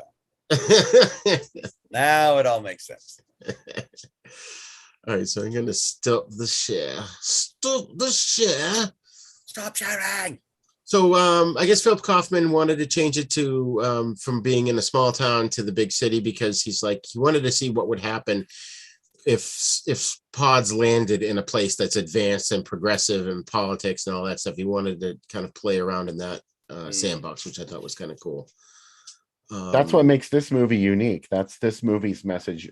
The first one was playing with the whole communism scare at the time, and this one was playing with pop psychology and how people were writing these books like "I'm okay, you're okay." That kind of thing was becoming more and more in the public consciousness, and it was, this sort of pseudo intellectualism where people were talking about these high-minded concepts now. So here come the pods. Right. Yeah. There go your concepts. But that we kind of touched on that the other day. We were doing the recording for The Howling, and how that kind of came on 1981 was sort of on the heels of that whole movement. But then The Brood also comes to mind because of that whole self-help thing that too exposing, but it was so weird when Leonard Nimoy was talking to the people in this movie and like, isn't it possible that you imagined this and put this together because you really feel this way deep down? And I'm like, who the hell has twisted enough beliefs that they'll conjure some crazy shit up out of their imagination? But he just did it. Finally, when they explained it to him later, he started to accept it. But Jesus. Well, he's one of them by then. Oh, that's true. That's true. Yeah. I love the scene where he's with they're out in the street and he's talking to Elizabeth, and then all of a sudden he turns around because Jeff Goldblum happens to walk into the conversation, and he grabs him and starts screaming at him. Yeah. And he turns back to her and he's like, how did you react to that? What did you think? Yeah. And Sutherland holds him back. What the fuck? Yeah. He holds him back. He's like, no, he's helping her. He's helping her. Yeah. Jeff Goldblum's crazy is what he is. Oh my God, he was so good in this because he was just so everything pissed him off. And it was funny because he was so blind to what was going on around him about the people changing because he was so focused on being angry at Leonard Nimoy and his own book and his own self-worth, That's why I think he's the perfect one for Seth Brundle, because he's just one of these people his mind is always racing and he's turning things over in his head and talking to himself. And I just think he was the perfect guy for a character who experiments on himself and then is trying to figure out how to do it, how to undo it, and keeping track of all of his symptoms and, what is the larger meaning and what's happening to me personally. And he's just was the perfect pick for that role, I think. Yeah. Nobody else could have done Seth Brundle the way he did. I think even not that there aren't other competent actors, but it just worked with him so well. Oh yeah. Yeah. I love when he just flips out every so often. Yeah. Oh man. But now just to sort of build on what we were kind of talking about before with the sound, the guy who was the sound designer, let me see if I can find his name here, Ben Burt, he had helped create a lot of the sounds in the original Star Wars. And he included in this movie, the grinding noises of the garbage trucks, common urban sounds that slowly become horrific as, most of what they're processing are the husks of the human body. So, and he also designed that shriek, which, what did you say it sounded like, Mike? It's like pigs. It's a pig squeal. A pig squeal. And I said a pig with electrodes attached to its nuts. Yeah, that's what he did. He included a pig squeal, which is cool. I also really like the sound effect when Donald Sutherland falls asleep and it's starting to pulse and do that whole thing where they're coming to life. What's really freaky, freaks me out. What made it even freakier for me was when my ex-wife was pregnant with Spencer, as you folks at home may know. We went in for the sonogram, and what noise does it make? Oh God. Yeah. I'm like, oh my God, he's a fucking pod person. Well, it sounds like an internal noise, like a recording of something happening inside the body. Right. even if you can't recognize it as a sonogram. So I think that's one of the reasons why it works so well. The other thing, did you ever notice this moment in the movie where Kaufman is just genius, and the way this movie is blocked, the cinematography, it's a beautiful looking movie, and there's so many little subtle things that he does with the cameras, like activity in the background, that whole sequence where Brooke Adams follows her dentist boyfriend around town, and she sees him off in the distance meeting with people. But there's this moment after her boyfriend is transformed. Oh, it's where he's trying to do it to her. He has her in the greenhouse, and Donald Sutherland breaks in. Yeah. And he's sitting there, like normally he's screaming at the TV and watching sports. But when Donald Sutherland walks by, he's watching all these clocks on a TV. That's right. It's just scrolling through all these clocks and compasses. Like, what? That's weird. I wonder if, I mean, you could read into it what you want. I love stuff like that. It's open for speculation. Being aliens, they may not measure time the same way we do. So he's studying how we perceive time or something. That's cool. I really liked Brooke Adams's reaction. The very first morning when she wakes, I don't know, maybe it's not, I don't know, it's the first morning or the next time she sees him, her boyfriend, where she tries to hug him. Like she's talking to him, but and she tries to hug him, and then like immediately she like recoils, either because his skin is cold or because he just doesn't respond at all. Yeah. Or he smells different or something. Like, I just thought that was really interesting because he's such a horn dog at the beginning. He can't take his hands off of her. And then, she tries to give him a hug, and she like backs up like, fuck. And it's like, at that moment she goes, yeah, that's not him. She instinctively knows it's not him. Yeah. Oh my God. Yeah. I said that already. Oh yeah. The scene where Donald Sutherland's falling asleep on the rooftop chair there. And it's cutting, it cuts to everyone inside, and then the pod's trying to get to him, and it with those weird white tendrils, like, are they hairs or what the hell are they? By the way, this movie corrects the plot hole of the original with because obviously when he finds Brooke Adams in the field, she could have been cloned by a pod that was laying nearby. But it has its own plot hole in that scene that you're talking about with them sleeping and the pods are growing, because 4 bodies start growing on the lawn, but Veronica Cartwright isn't asleep. Oh yeah, she's sitting up and she's like wide awake. That's right. She's not going to sleep. Yeah. So there shouldn't have been a 4th body growing yet. That's a good point. And didn't they look like, and I don't, folks at home, I don't mean this to be offensive in any way, but I know what you're going to say. The bodies, when they first come out of the pod, they kind of have this Down syndrome look to them. Yeah, I noticed that, the face. Yeah, and I wonder what the thought was behind that. Well, they're not formed yet. Like they have kind of like soft features still. Yeah. I got that vibe too from it when I saw that too, and I thought, is that on purpose or an accident? Or do humans look like that before they, maybe are born? Well, they're supposed to look embryonic, That's what I mean. Do embryos look like that? Not fully developed. I don't know. Maybe. I mean, I've seen pictures of embryos, and like the features aren't developed yet. Right. Yeah. I don't know. I don't know if it was on purpose or if it was just like but no, I know what you mean. Like the eyes are a little bit more close together. Right. And the position, the nose is like a little too short, and the mouth is, I noticed the same thing. Yeah. So I mean, it may have been accidental, but we just have I don't know. Right. Yeah, the association there now. But I saw that, I felt the same way. Yeah. So, scariest line in the movie. I didn't tell you my name. I didn't tell you my name. That line. Hang up, Matthew. Yeah. Yeah. hang up the phone, Matthew. And then he makes another phone call, and again somebody called that mentions his name directly. Right. He didn't say it. Yeah. And it's funny because back then they were restricted. Operators could intervene and could stop phone calls. Nowadays, you'd have to cut the cell phone signal. Right. which, may or may not be difficult, depend on their operation, but it's a lot easier. If I had a contact in Washington and I wanted to call him direct, I just pick up the phone and call him, but this, back then, even in the original, the operators controlled everything. So if it didn't matter if you were making a call, because they were going to, reroute your call. Mm-hmm. Or just keep telling you, oh, the line's busy, shall we try again? Yeah. You were at their mercy. Yeah.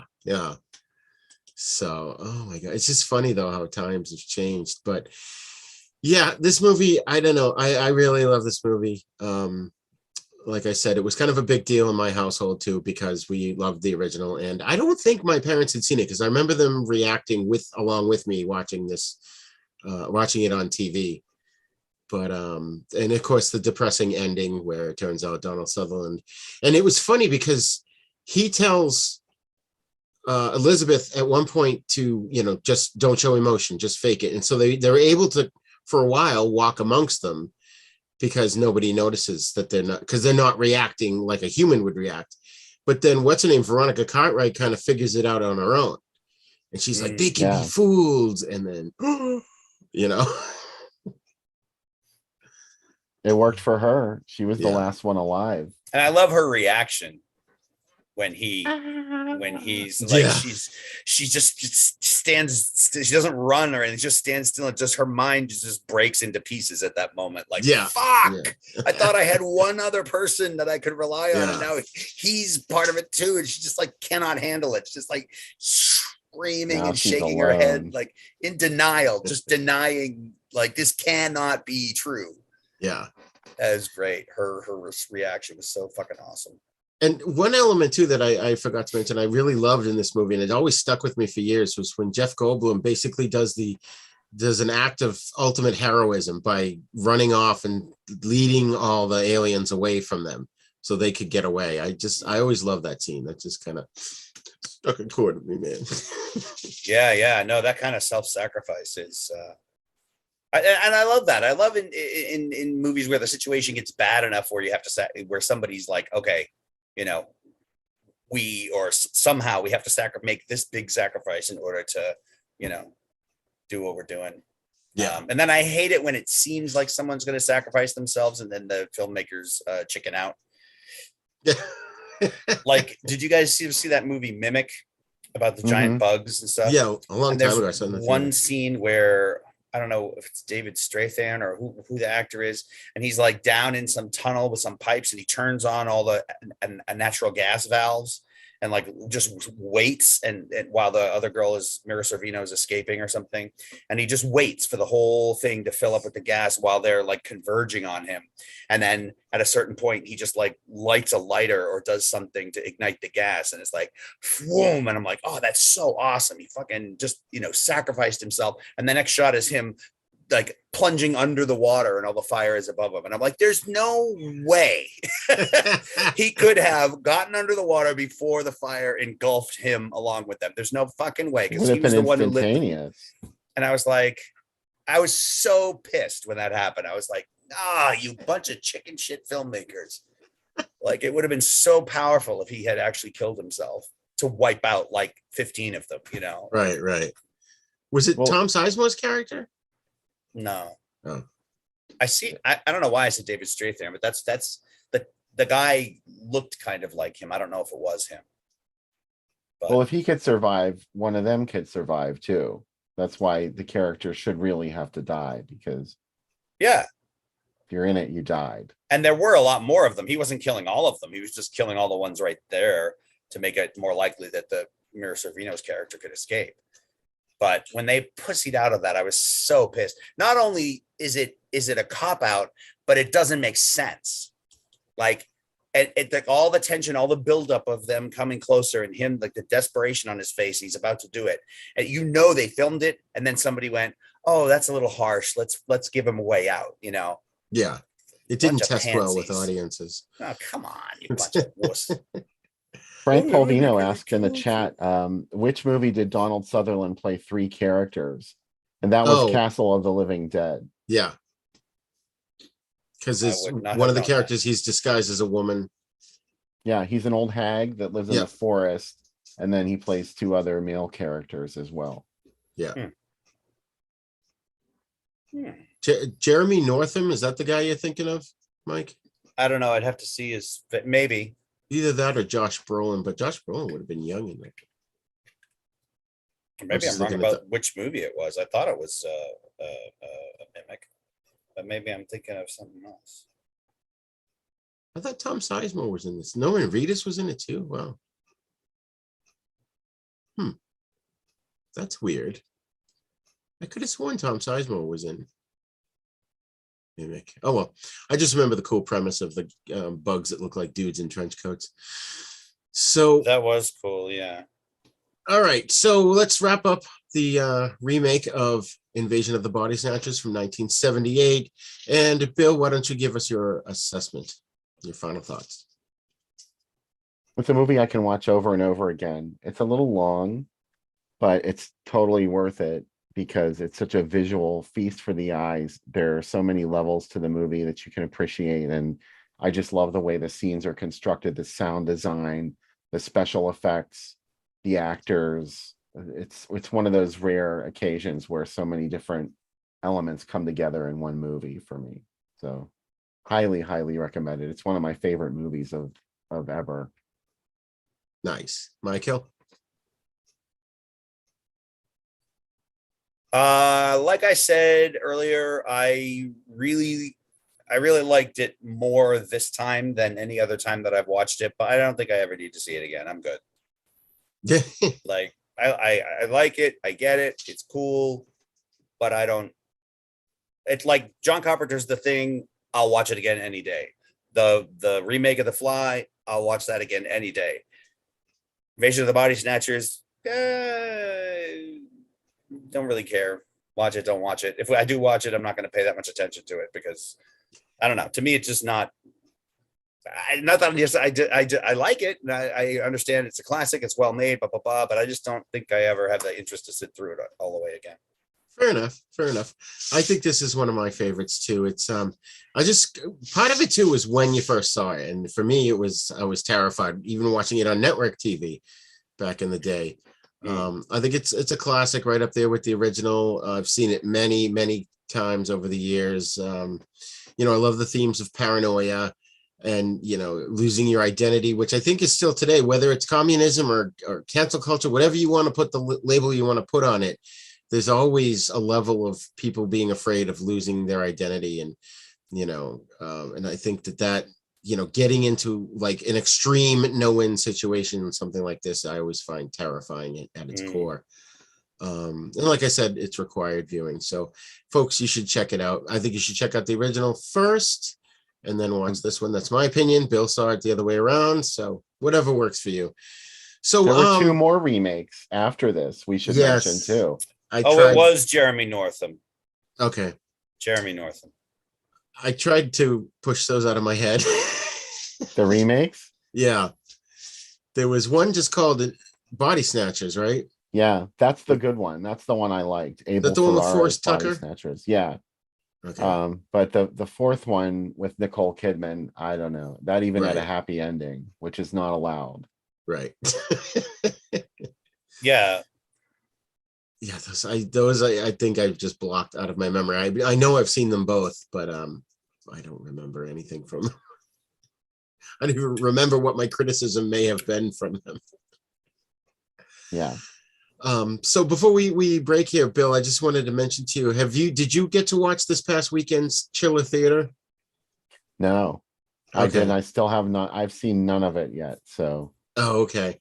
Because I was gonna. So now, folks at home, well, actually, Bill, why don't you give the folks a quick, history of what Chiller Theater was and what it meant to people in your area in Pittsburgh?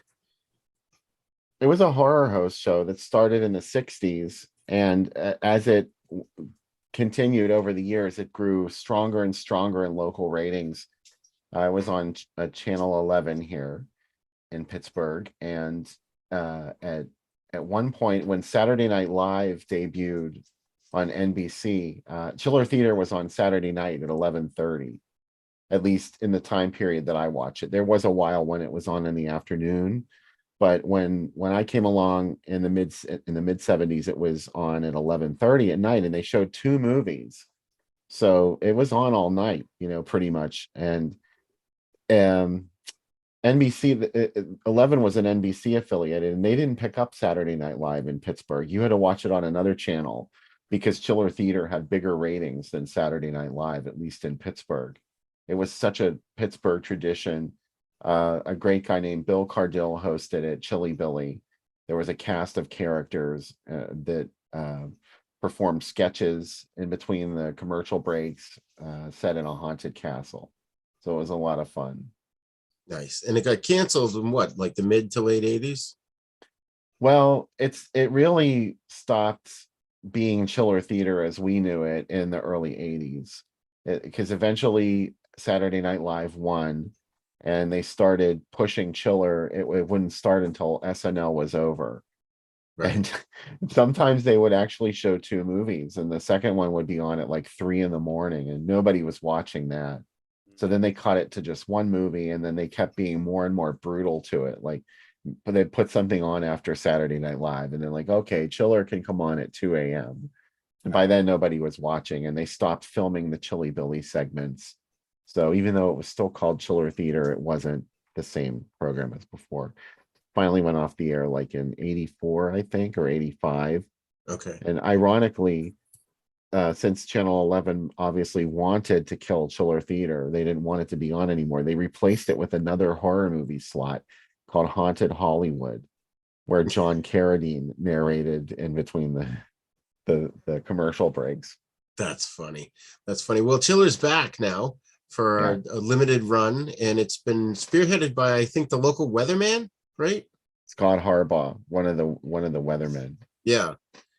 And I didn't know about this till actually last Sunday when I was interviewing George and Gene from the Drive-In Monsterama, and Gene mentioned it, and I quickly looked it up, and I there was a rebroadcast that night, but I didn't get a chance to check it out. So I tried watching it last night, and there's two apps. There's the regular WPXI Channel 11 app that you can get on your phone. You can get on the Roku, but then there's also the Pittsburgh Cable Network channel.